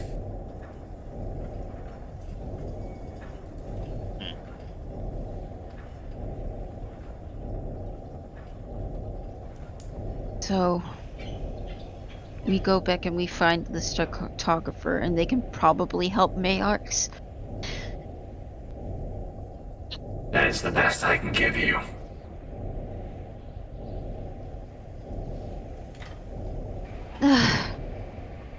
If only I can remember.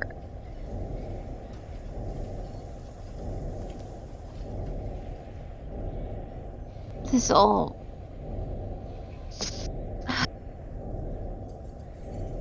So frustrating.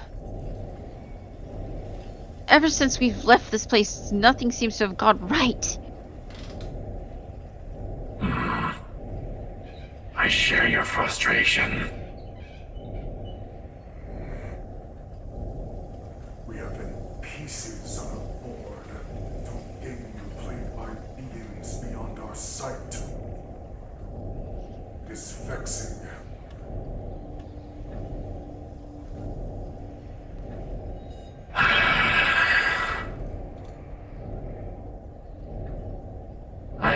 almost wish you were like when you had first entered this sanctum. So sure of yourselves, what you all saw, the confidence you instilled in me to make my decision, to play my hand, and here we are, scattered. The information that we had has been stricken from us. We had initially thought it taken away when we were bound to the core. But now, I'm unsure if that is the case.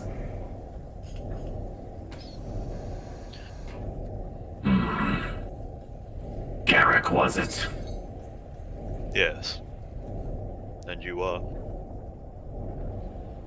I am Startographer Magnus. I would say it's a pleasure, but truth be told, your presence here, all of you, is deeply troubling. Could I ask you a question then? You may. You seem like a smart man. We don't know the rules of the game. We don't even know who we're fighting. Do you think we can still win? Whatever this game is. For all that I can see into the cosmos and beyond, for all knowledge held among the stars, and formations, the size, scale, and science of which even I can barely understand after all this time. I have no idea what's going to happen in the immediate future. Every day, minutes, seconds even, is precious.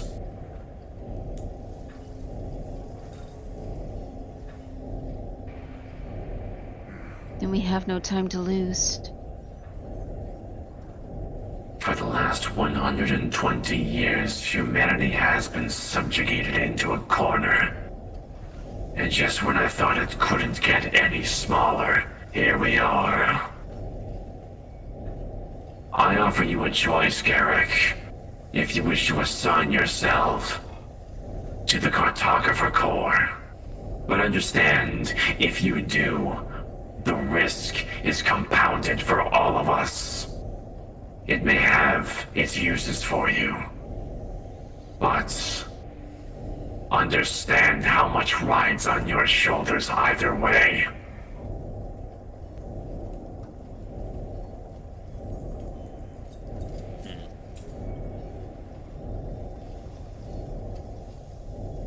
And you're willing to extend this offer to a stranger?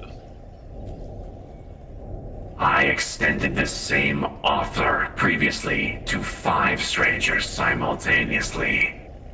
The first domino has been knocked down.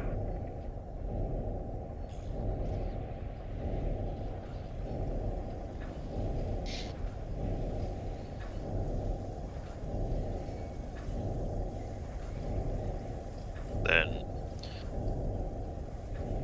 me being here, the strange kind of fate as you put it, I guess I'll have to say yes. And are you certain about that? By doing so, binding it to you, you in turn bind yourself to us. Your life becomes more than simply My life. an individual, a mortal in this scheme.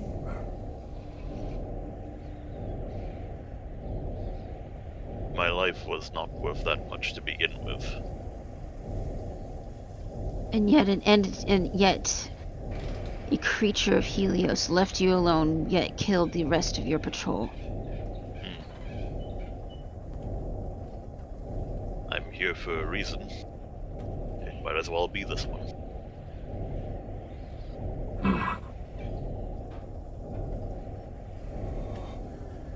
And be it for that reason alone, if absolutely nothing else. The risks are already playing out. Very well, Garrick.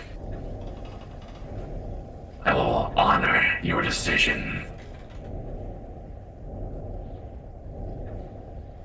He would open up a compartment within his chest. His chest plate would part, and there would be a bright, glowing white core. And there are a manner of arcane artifice, intrinsic contraptions, pieces. Everything that's below the rusty, simple-looking carapace of this person is almost incomprehensible. His form is more complicated than you can even understand. And that white light would wash over you in a spotlight, and you would glow bright white for a moment, and this entire place would shudder. And you would feel a pull in what you can only describe as your soul be tethered to something beyond. Almost as if you have now been constricted. It is done.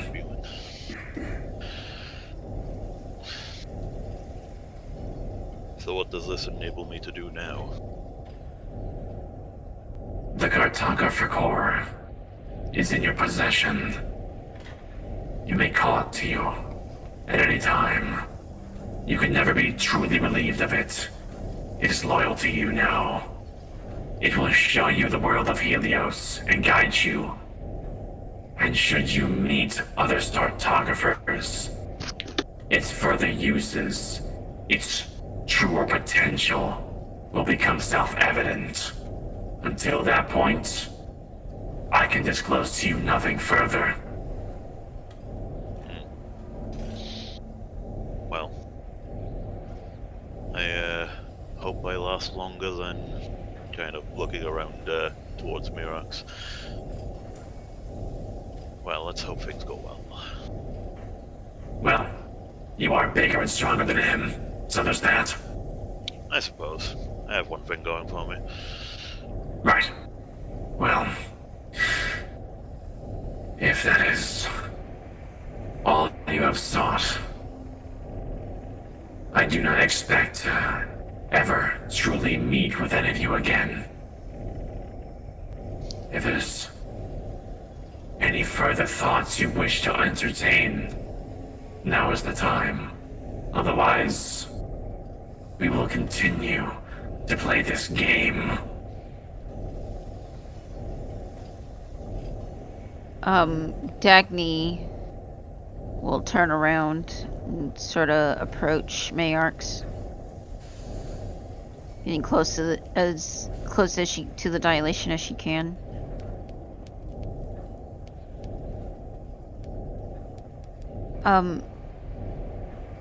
Can I stick my hand in there without any sort of effect?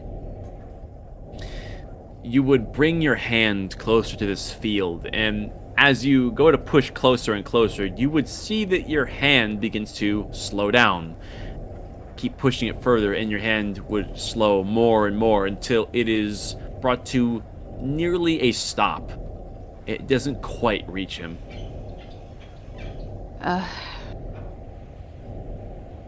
Yeah. She'll kind of leave her hand there for a second. We'll come back for you. I promise. And then she'll pull her hand away. You do so. Tell me then, Magnus. All you have done in your work with Core, this game you've involved yourself with.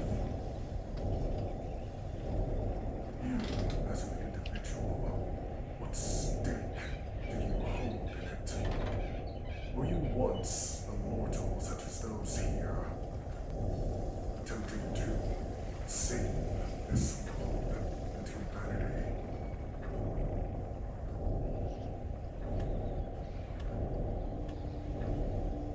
Of course I was. The burden, the knowledge, in order to preserve it until the right time. I had to forego what it means to be human.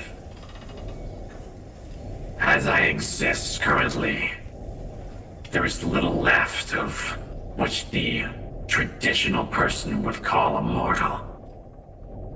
In fact, I am by all means, biologically speaking, immortal. Proper. Time has lost its effect on me. And that is precisely why I can no longer carry out what needs to be done. That is just one reason among the many. Even without being hunted, pursued by ancient evils, I could never wield what needs to be held. In order to secure an actual future for anyone, my role is here, now, and forever. That is the true burden of a startographer. We all have accepted this. Forced to be spectators in this cosmic game. I see.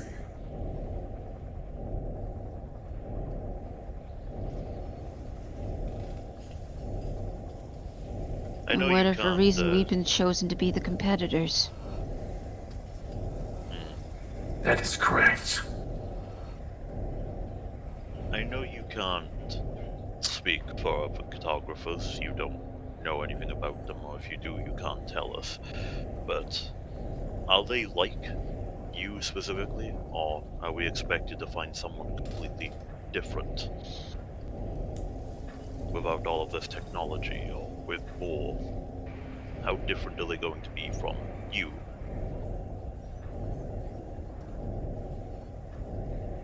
Our knowledge is vast, but not identical.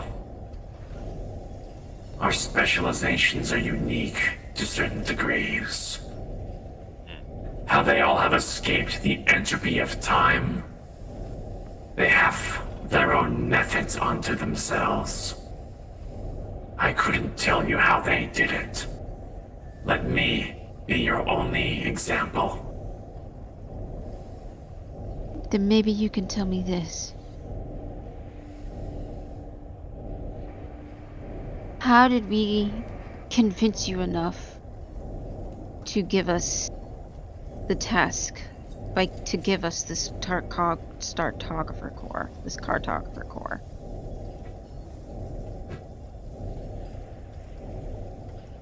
I mentioned that for everything I can see, the future is not one of them. It was one of the most infuriating things holding me back. I understand the prospects of space, but time is a separate demon unto itself. And yet, in your first steps outside of your cradles, you were able to perceive visions that many would go to extreme lengths to foresee. That was the proof.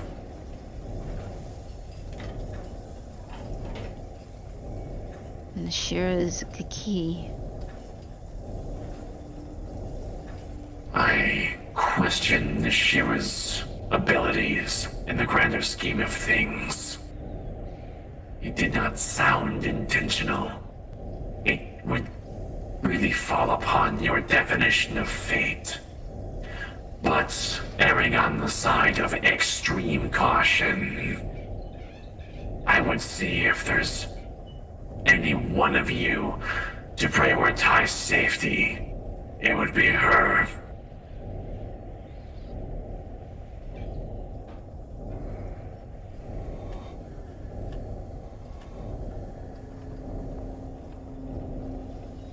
I envision that sight we held for some time before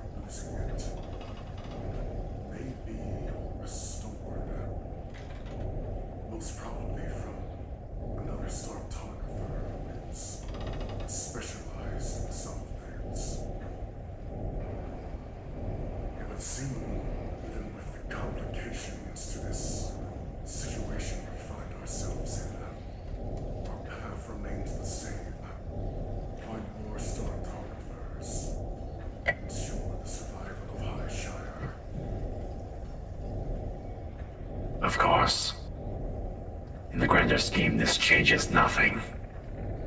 You must keep moving forward.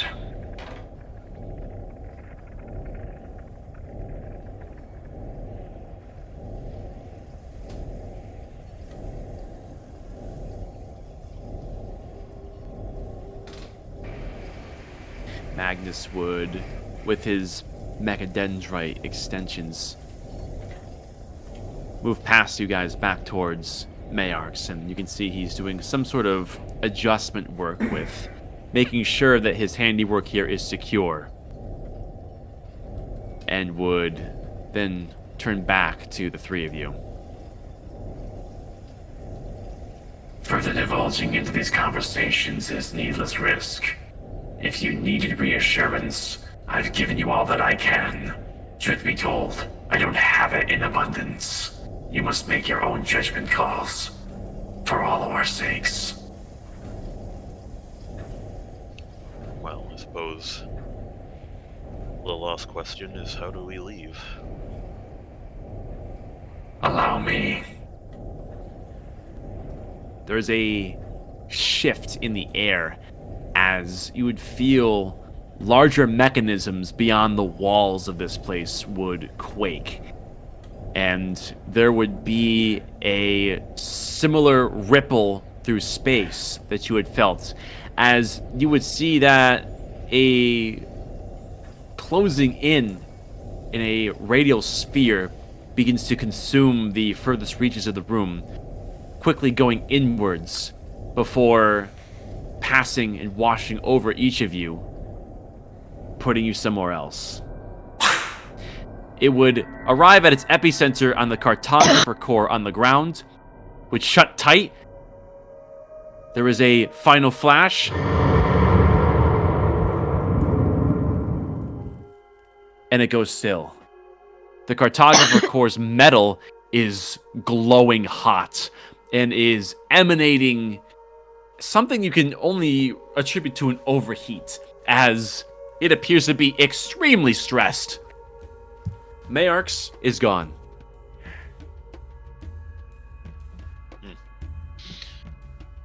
So that was your mysterious benefactor. Just collapses to her knees and is just crying uncontrollably.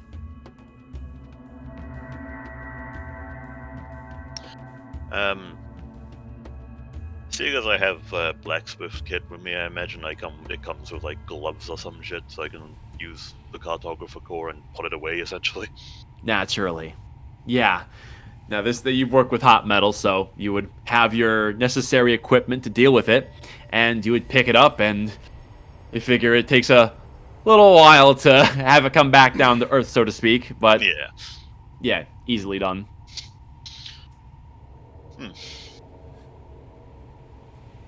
You realize now that if you were to die, the ramifications of it. The ramifications of me dying were already bad. I might as well take a little more stress to help more people. They were minuscule before. Now, if you fall, you'll drag the rest of us down with you. I'm starting to get the impression that you don't like that I took that offer. No, I don't. We had no choice, Rin. I'm aware of that. With Mirk's gone, another was needed. But you're still not happy about it. You made mention of many things back there. Things you kept hidden from me. Pardon my bluntness here, but it's not like you've earned it. You will tell me. Especially now. After that decision you've just made. My decisions don't mean I owe you anything. Maybe you should try being friendly and I'll open up.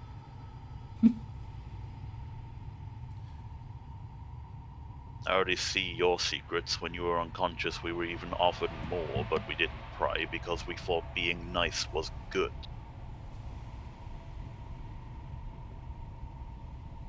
You don't have to talk about it now. No. I can tell you've been hurt. Not just physically. Up here, too. And she taps her forehead.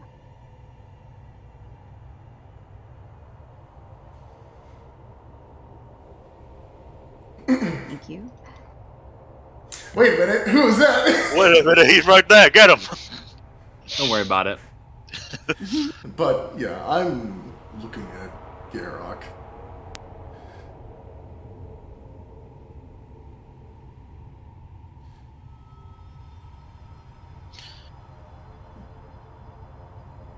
If not for the fact that we're basically the same person, I too would be mad at you.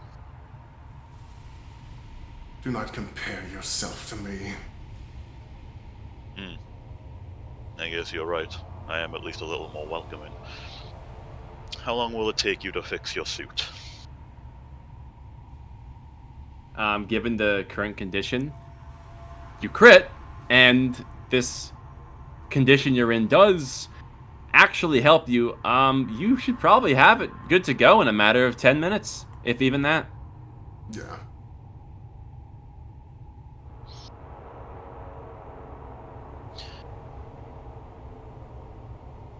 Well, finish up your fixing, I guess, and I'll go and see what that drow is. You can see Rin definitely wants to say something, but they're more fixated on getting back to the suit rather than speaking to you anymore.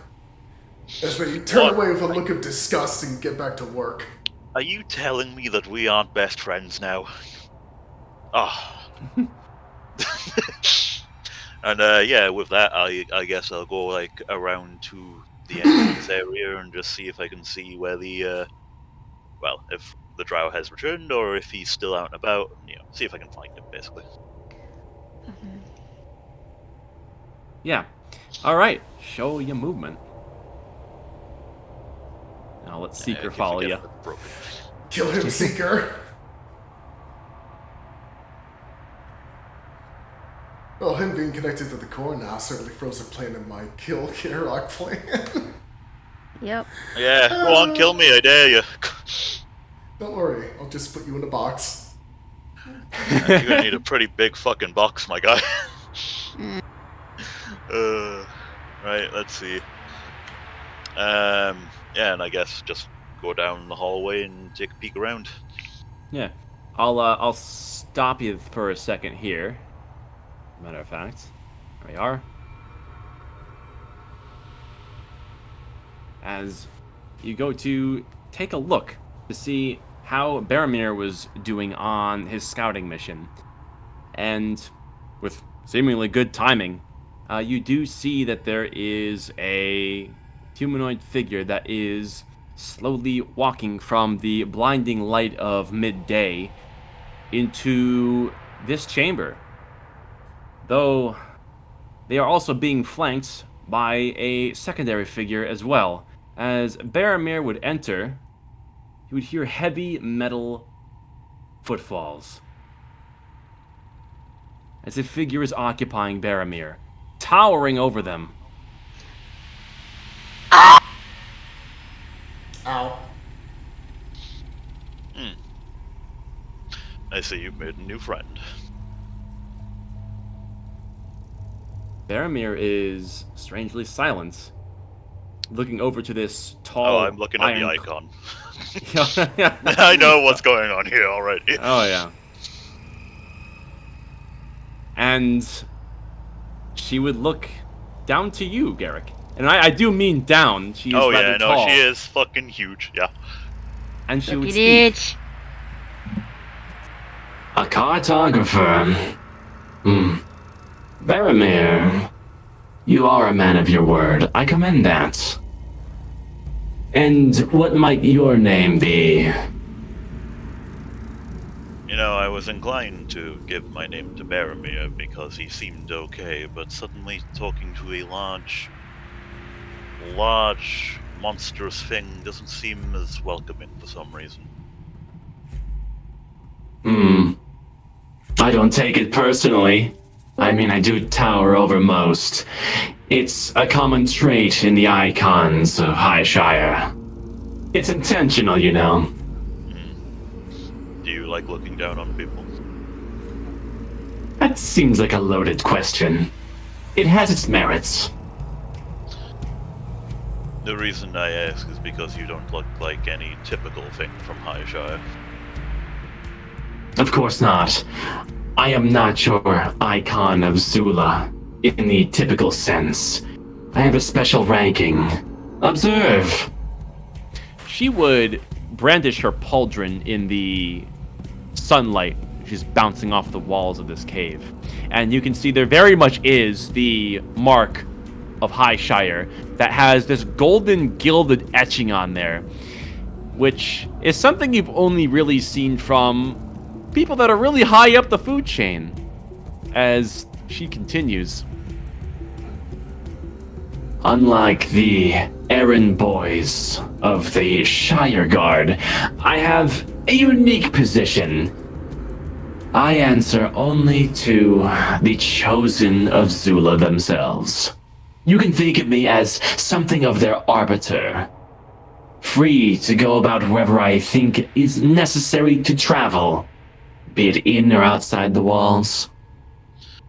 Then, may I ask what brings the boss's boss here?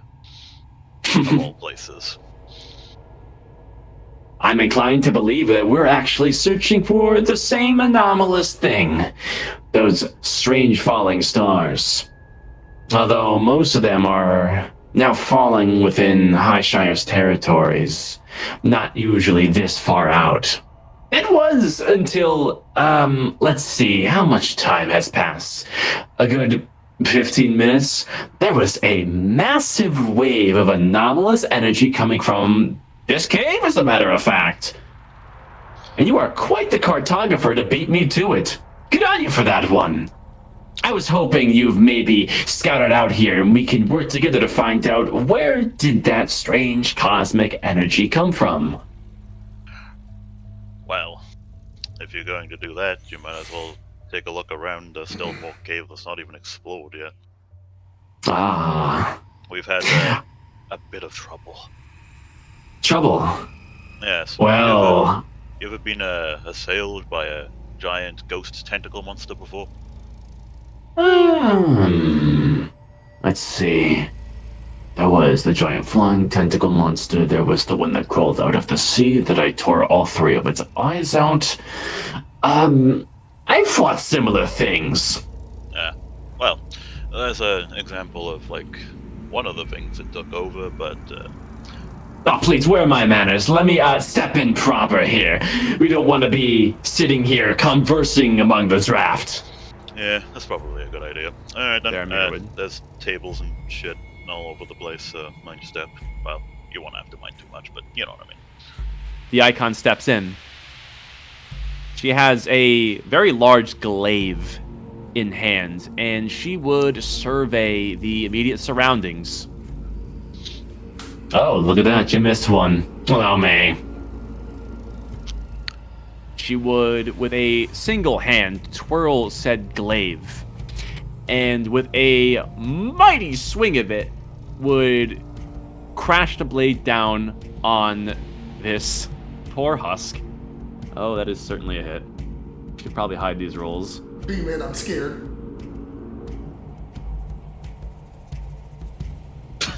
Yeah, no. God. Yeah. What was remaining of this husk is now no more. As with a single slice, it is cleaved in half. Given it's dead, it can't take the flashback reaction, as it would clamber onto the floor.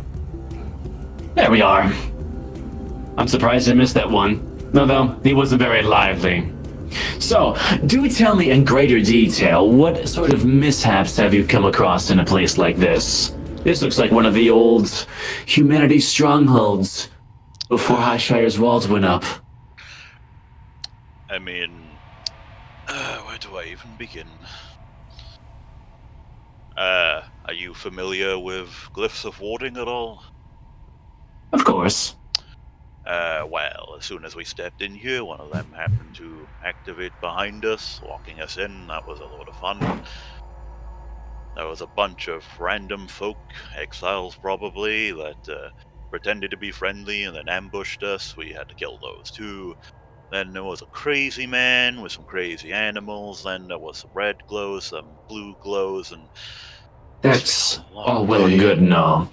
I'm curious as to which one of these lowlives was responsible for that anomalous discharge of cosmic energy that I had previously described. That is why I'm here.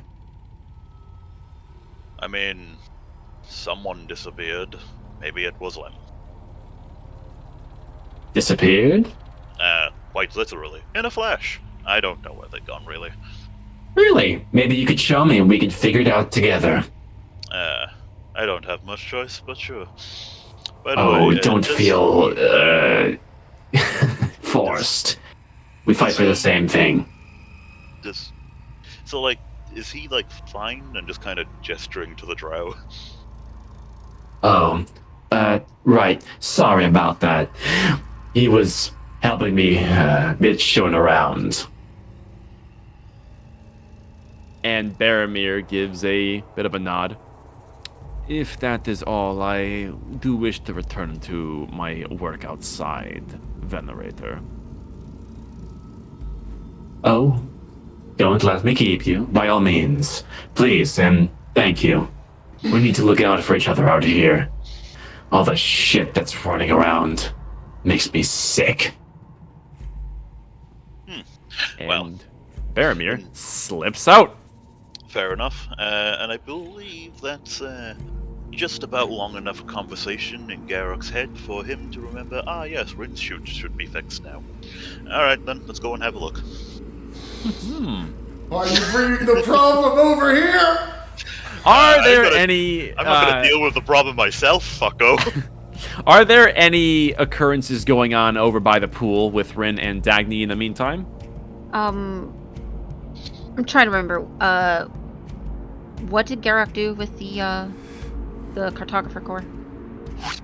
It disappeared it. Okay, just making sure. Yeah, like, I didn't leave that lying around. That seems like a bad he idea. dispelled it properly, which is kind of curious because you weren't able to do that before.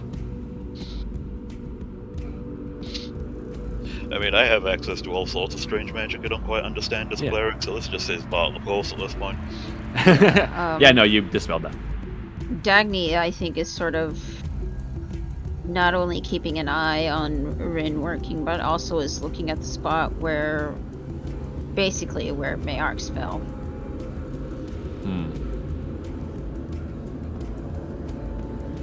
Yeah, you would take a look at that, and there's a bit of a strange pattern among the dust and grit, given that these are just kind of disheveled stone plates, almost like a circular ring explosion almost occurred. There's some strange patterns that would line this ring. It's kind of curious. Definitely paints a strange picture. I think it's sometime in between. She will pull out the little pamphlet that Mayarks gave her and Aw. look at the first page.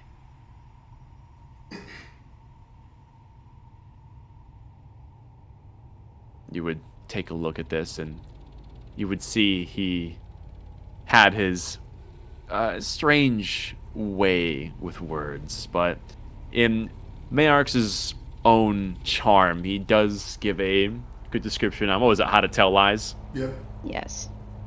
Yeah. It's a bit curt in the way that he describes it, but you get the idea that if you want to lie, you gotta be firm with it, and you gotta mean it, is what he was trying to say, though the wording wasn't as elegant. Though he gets points for trying, you would deduce. She starts to tear up as she turns to the second page and starts reading it. So, I guess eventually I will lead big ol' fuckface here Uh-huh. straight Yeah. on over, I guess. Lead the way. Yeah. By the way, are you an animal person at all? Never been fond of them. Does a bulet's hide make for good armor? Certainly. Yes, they certainly have a firm carapace. Not as good as the high-quality alloys in the armor that composes my Venerator armor per se, but hey, it's a close second. You work with what you got. Yes.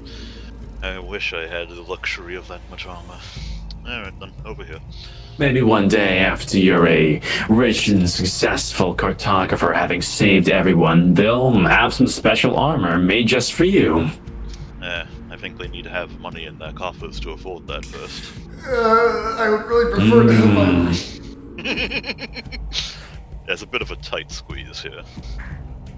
Oh, it won't ail me.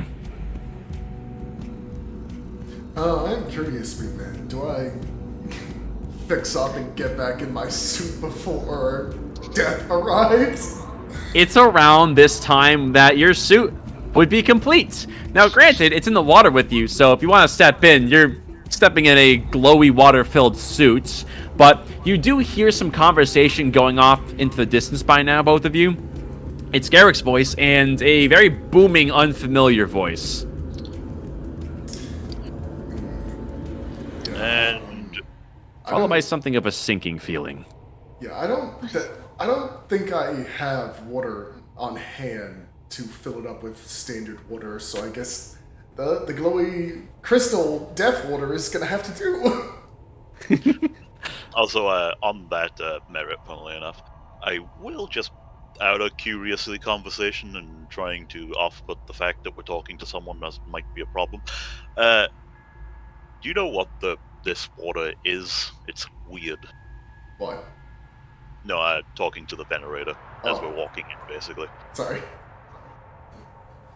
I don't know, I think I would know. I just got here.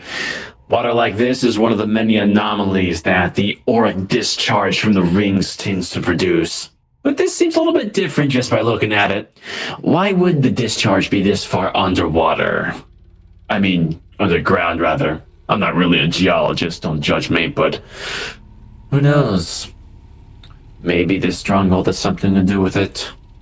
It wasn't uncommon for the bastions of humanity, or at least whatever they thought they were, to experiment madly.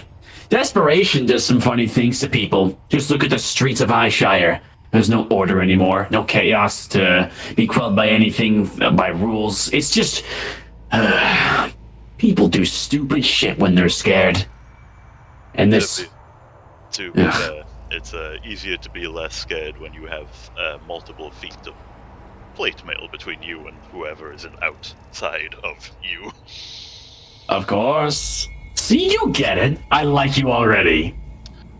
That's strange. Usually the opposite effect happens when I meet someone. Rin, something's not right. And you would see the Venerator, within a few bounds, expertly slip past the tight squeeze. And for you two, Dagny and Rin, you would see there is a large humanoid silhouette backing Garrick, as Garrick would take his steps, and I presume you're getting fully across. Yeah, just... But yeah, like I said, I was hoping to get into the suit before that shit arrived, if that was possible. Yes, no, I did say that you were getting into your suit, which you're well versed in how to do so. So you quickly slip in, as you would hear the words from Dagny that something's not quite right, hastening the prospect of hurrying up. And quickly done, you're fully suited once again in the protection of your own devices. Hey friends, I have a habit of running into people up today, apparently. Who is it? Apparently, our boss... Oh, allow me to introduce myself, cartographers. But a moment. There would be a single bound as the icon of veneration, with 1 foot, would clear this entire gap, would land firmly on the stone, would crash, creating 2 giant cracks in the earth as her ironclad feet make contact. And it gives everyone a bit of a jolt as she has a scanning head on all 3 of you. Okay, Look at this. looking at the Venerator's armor, would I recognize it as something from Highshire or like any symbols on it at all? There's the plain to see mark of Highshire that's on the pauldron and a few other smaller places along the armor. And for everyone, now that you're getting a full view in the glow of the water, you would see the details of this figure. Since I have a good look at their weapon, there is one question that comes to mind, DM. You may ask. You know exactly what the question is already, don't you? Let me answer it. So, she is carrying what appears to be a glaive, and you can tell by the way it has a almost heavenly shimmer that this definitely is consecrated in some way. And you've seen this in the icons of Zula, where they carry great swords that have a bit of a delicate light emitted from it.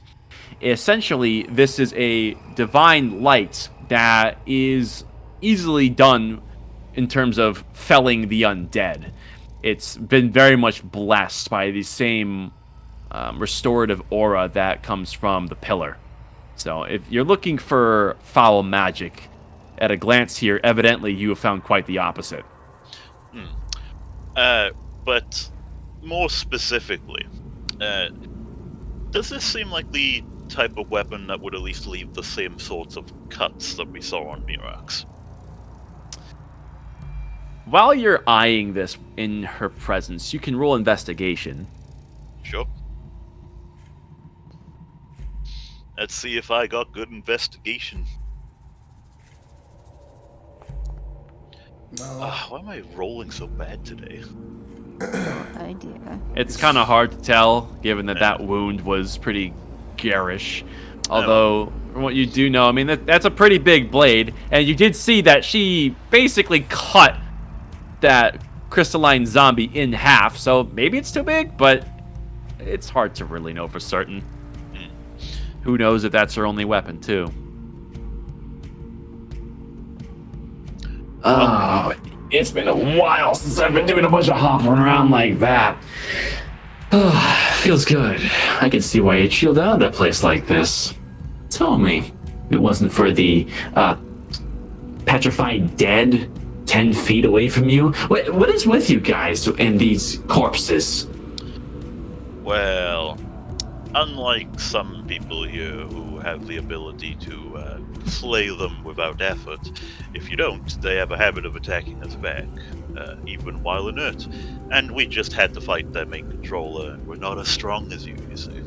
So They it not actually only took us react to effort. magic, they also react to auric energy. Auric energy, huh? The creature that we encountered in here, it had an aura that caused these corpses to react and Here, let me attack. raise a question with you here. Now, are you sure this is auric in origin? If it's not arcane experimentation from whatever the fuck they were doing down here. I'm interested in cosmic energy. The same energy that came crashing down to Helios that started all of this. There was a huge discharge of that right here underground. But I think you knew that. That's why I'm here. Let's hear what you've got on it. You certainly know a lot about this place, so what do we have from the cosmic spectrum? Nothing. Cosmic horror certainly seemed to fit it. Dagny, roll deception.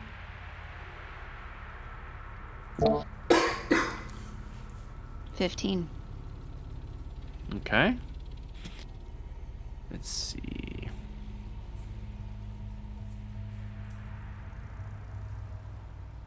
Okay.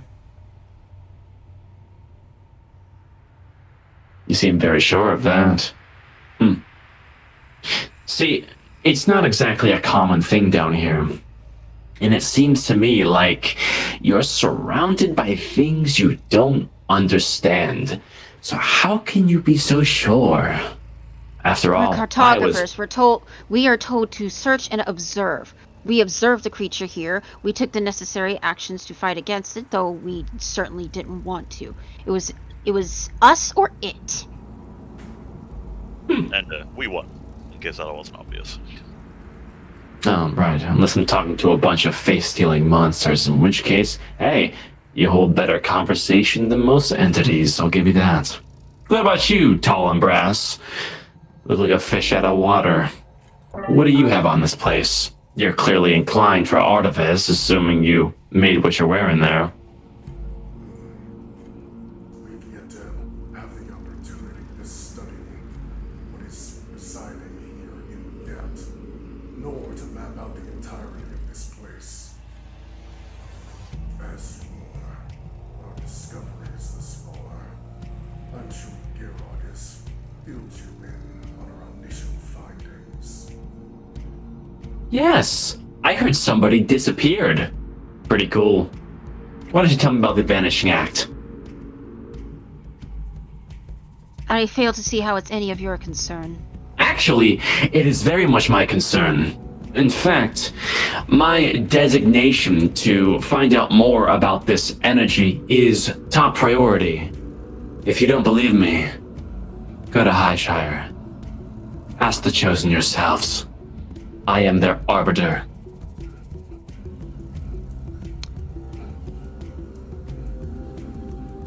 Well, I'm sure the Chosen has given you quite a bit of power. What we carry is of the utmost importance, and I don't believe you're actually qualified to know. You want to talk about qualification? Really? Now, you said nothing was going on down here. Now you're telling me you're carrying something. Would you like to share with the rest of the class? No. Listen, I don't know how else to say this to you. We are on the same side.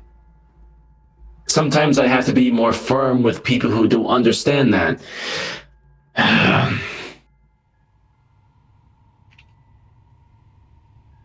Just stares at her. Person that disappeared, was he one of your own? Garrick, you seem to be the most inclined to be helpful around here, so, hey, I already told you, I like you already. Could you give me a little more detail on that? You mean the guy or the disappearing act? All the above. Well, the guy in question, name's Mirax, he used to be a guard, I think. He messed around, like, being a guard for a while, and then came out here with us on a couple of missions, and we had a rough fight recently. He got fucked up, I was looking after him, and then... like, You said his name was Max? Yeah, it's like one of them weird names with an X in it. Surname? Why do you need to know? Why do you need to hide? What was his surname, actually?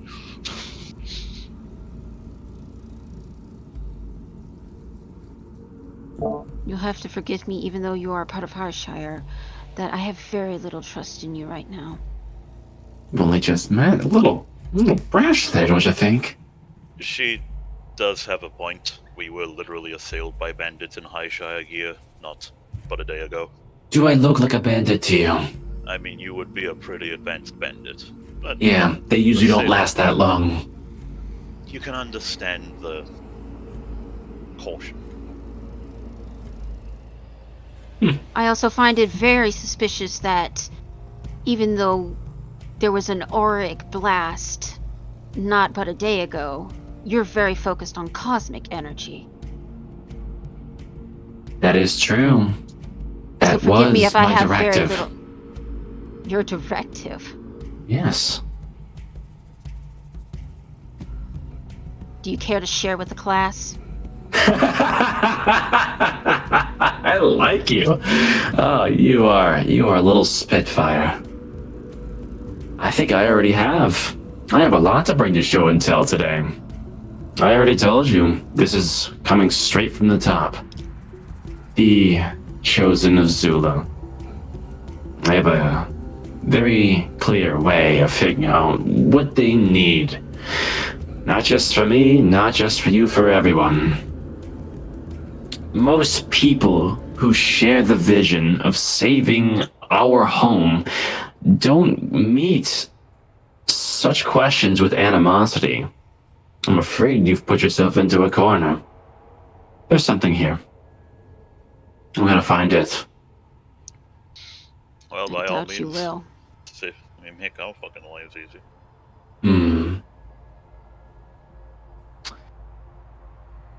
Garrick, would you mind stepping about 3 paces to the left? Okay. To the left. Like, there, I guess. Sure. Yeah.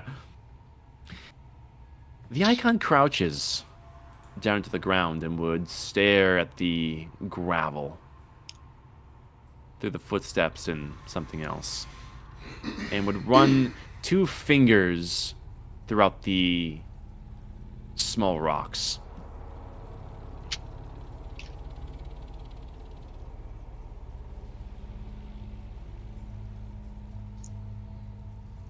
Full of secrets, aren't we?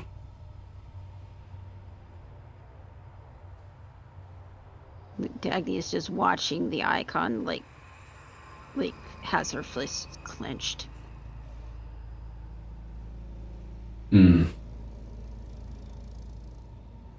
You know, if I wanted to settle for having conversation with a bunch of brats, I would have settled for being a normal icon. She is gonna use prestidigitation on her eyes to have arcane energy kind of arcing through them.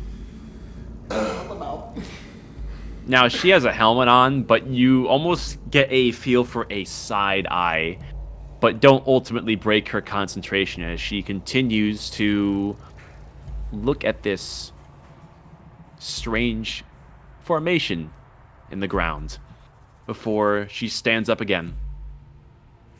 Well, let's do it the easy way, I guess.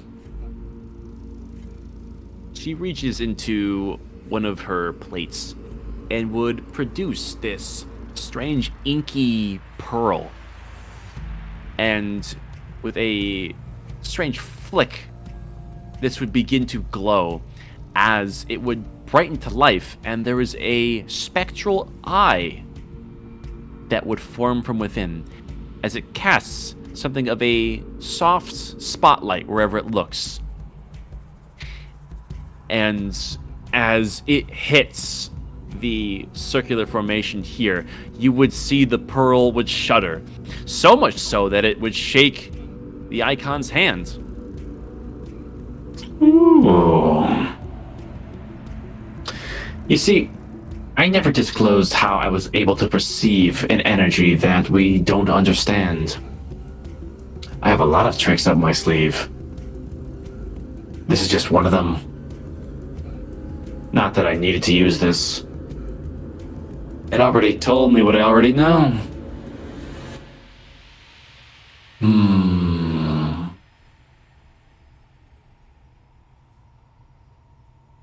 She would pocket it and would take a step towards the two of you. First towards Garrick in an inspecting turn of the head, and then a very close inspection towards Dagny as this figure is almost twice your height, Dagny, and she is almost towering directly over you. She's still staring her down.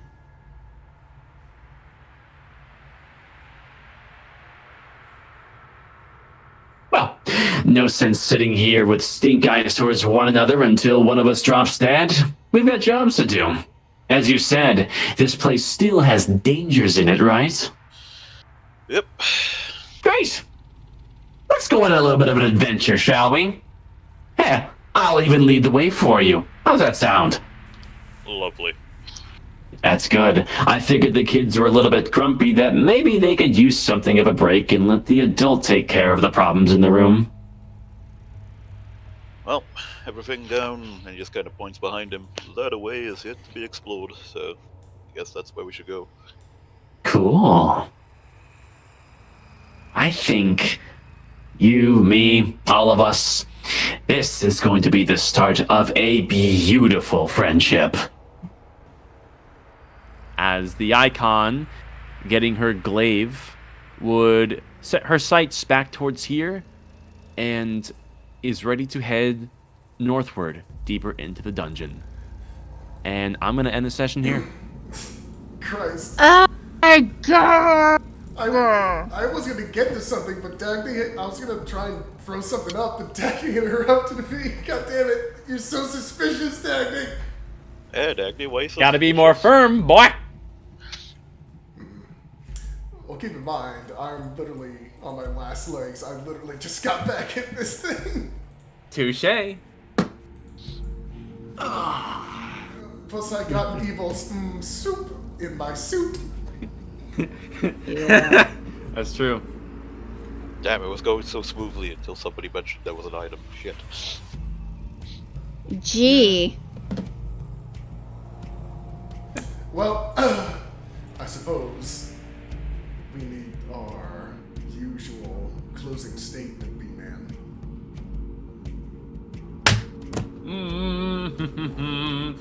Oh, how There does you that go, expression go? Gee, I Just end it with a medium What smile. kind of words could I conjure at the end of something like this? Oh, you're monkey! And that's it, ladies and gentlemen.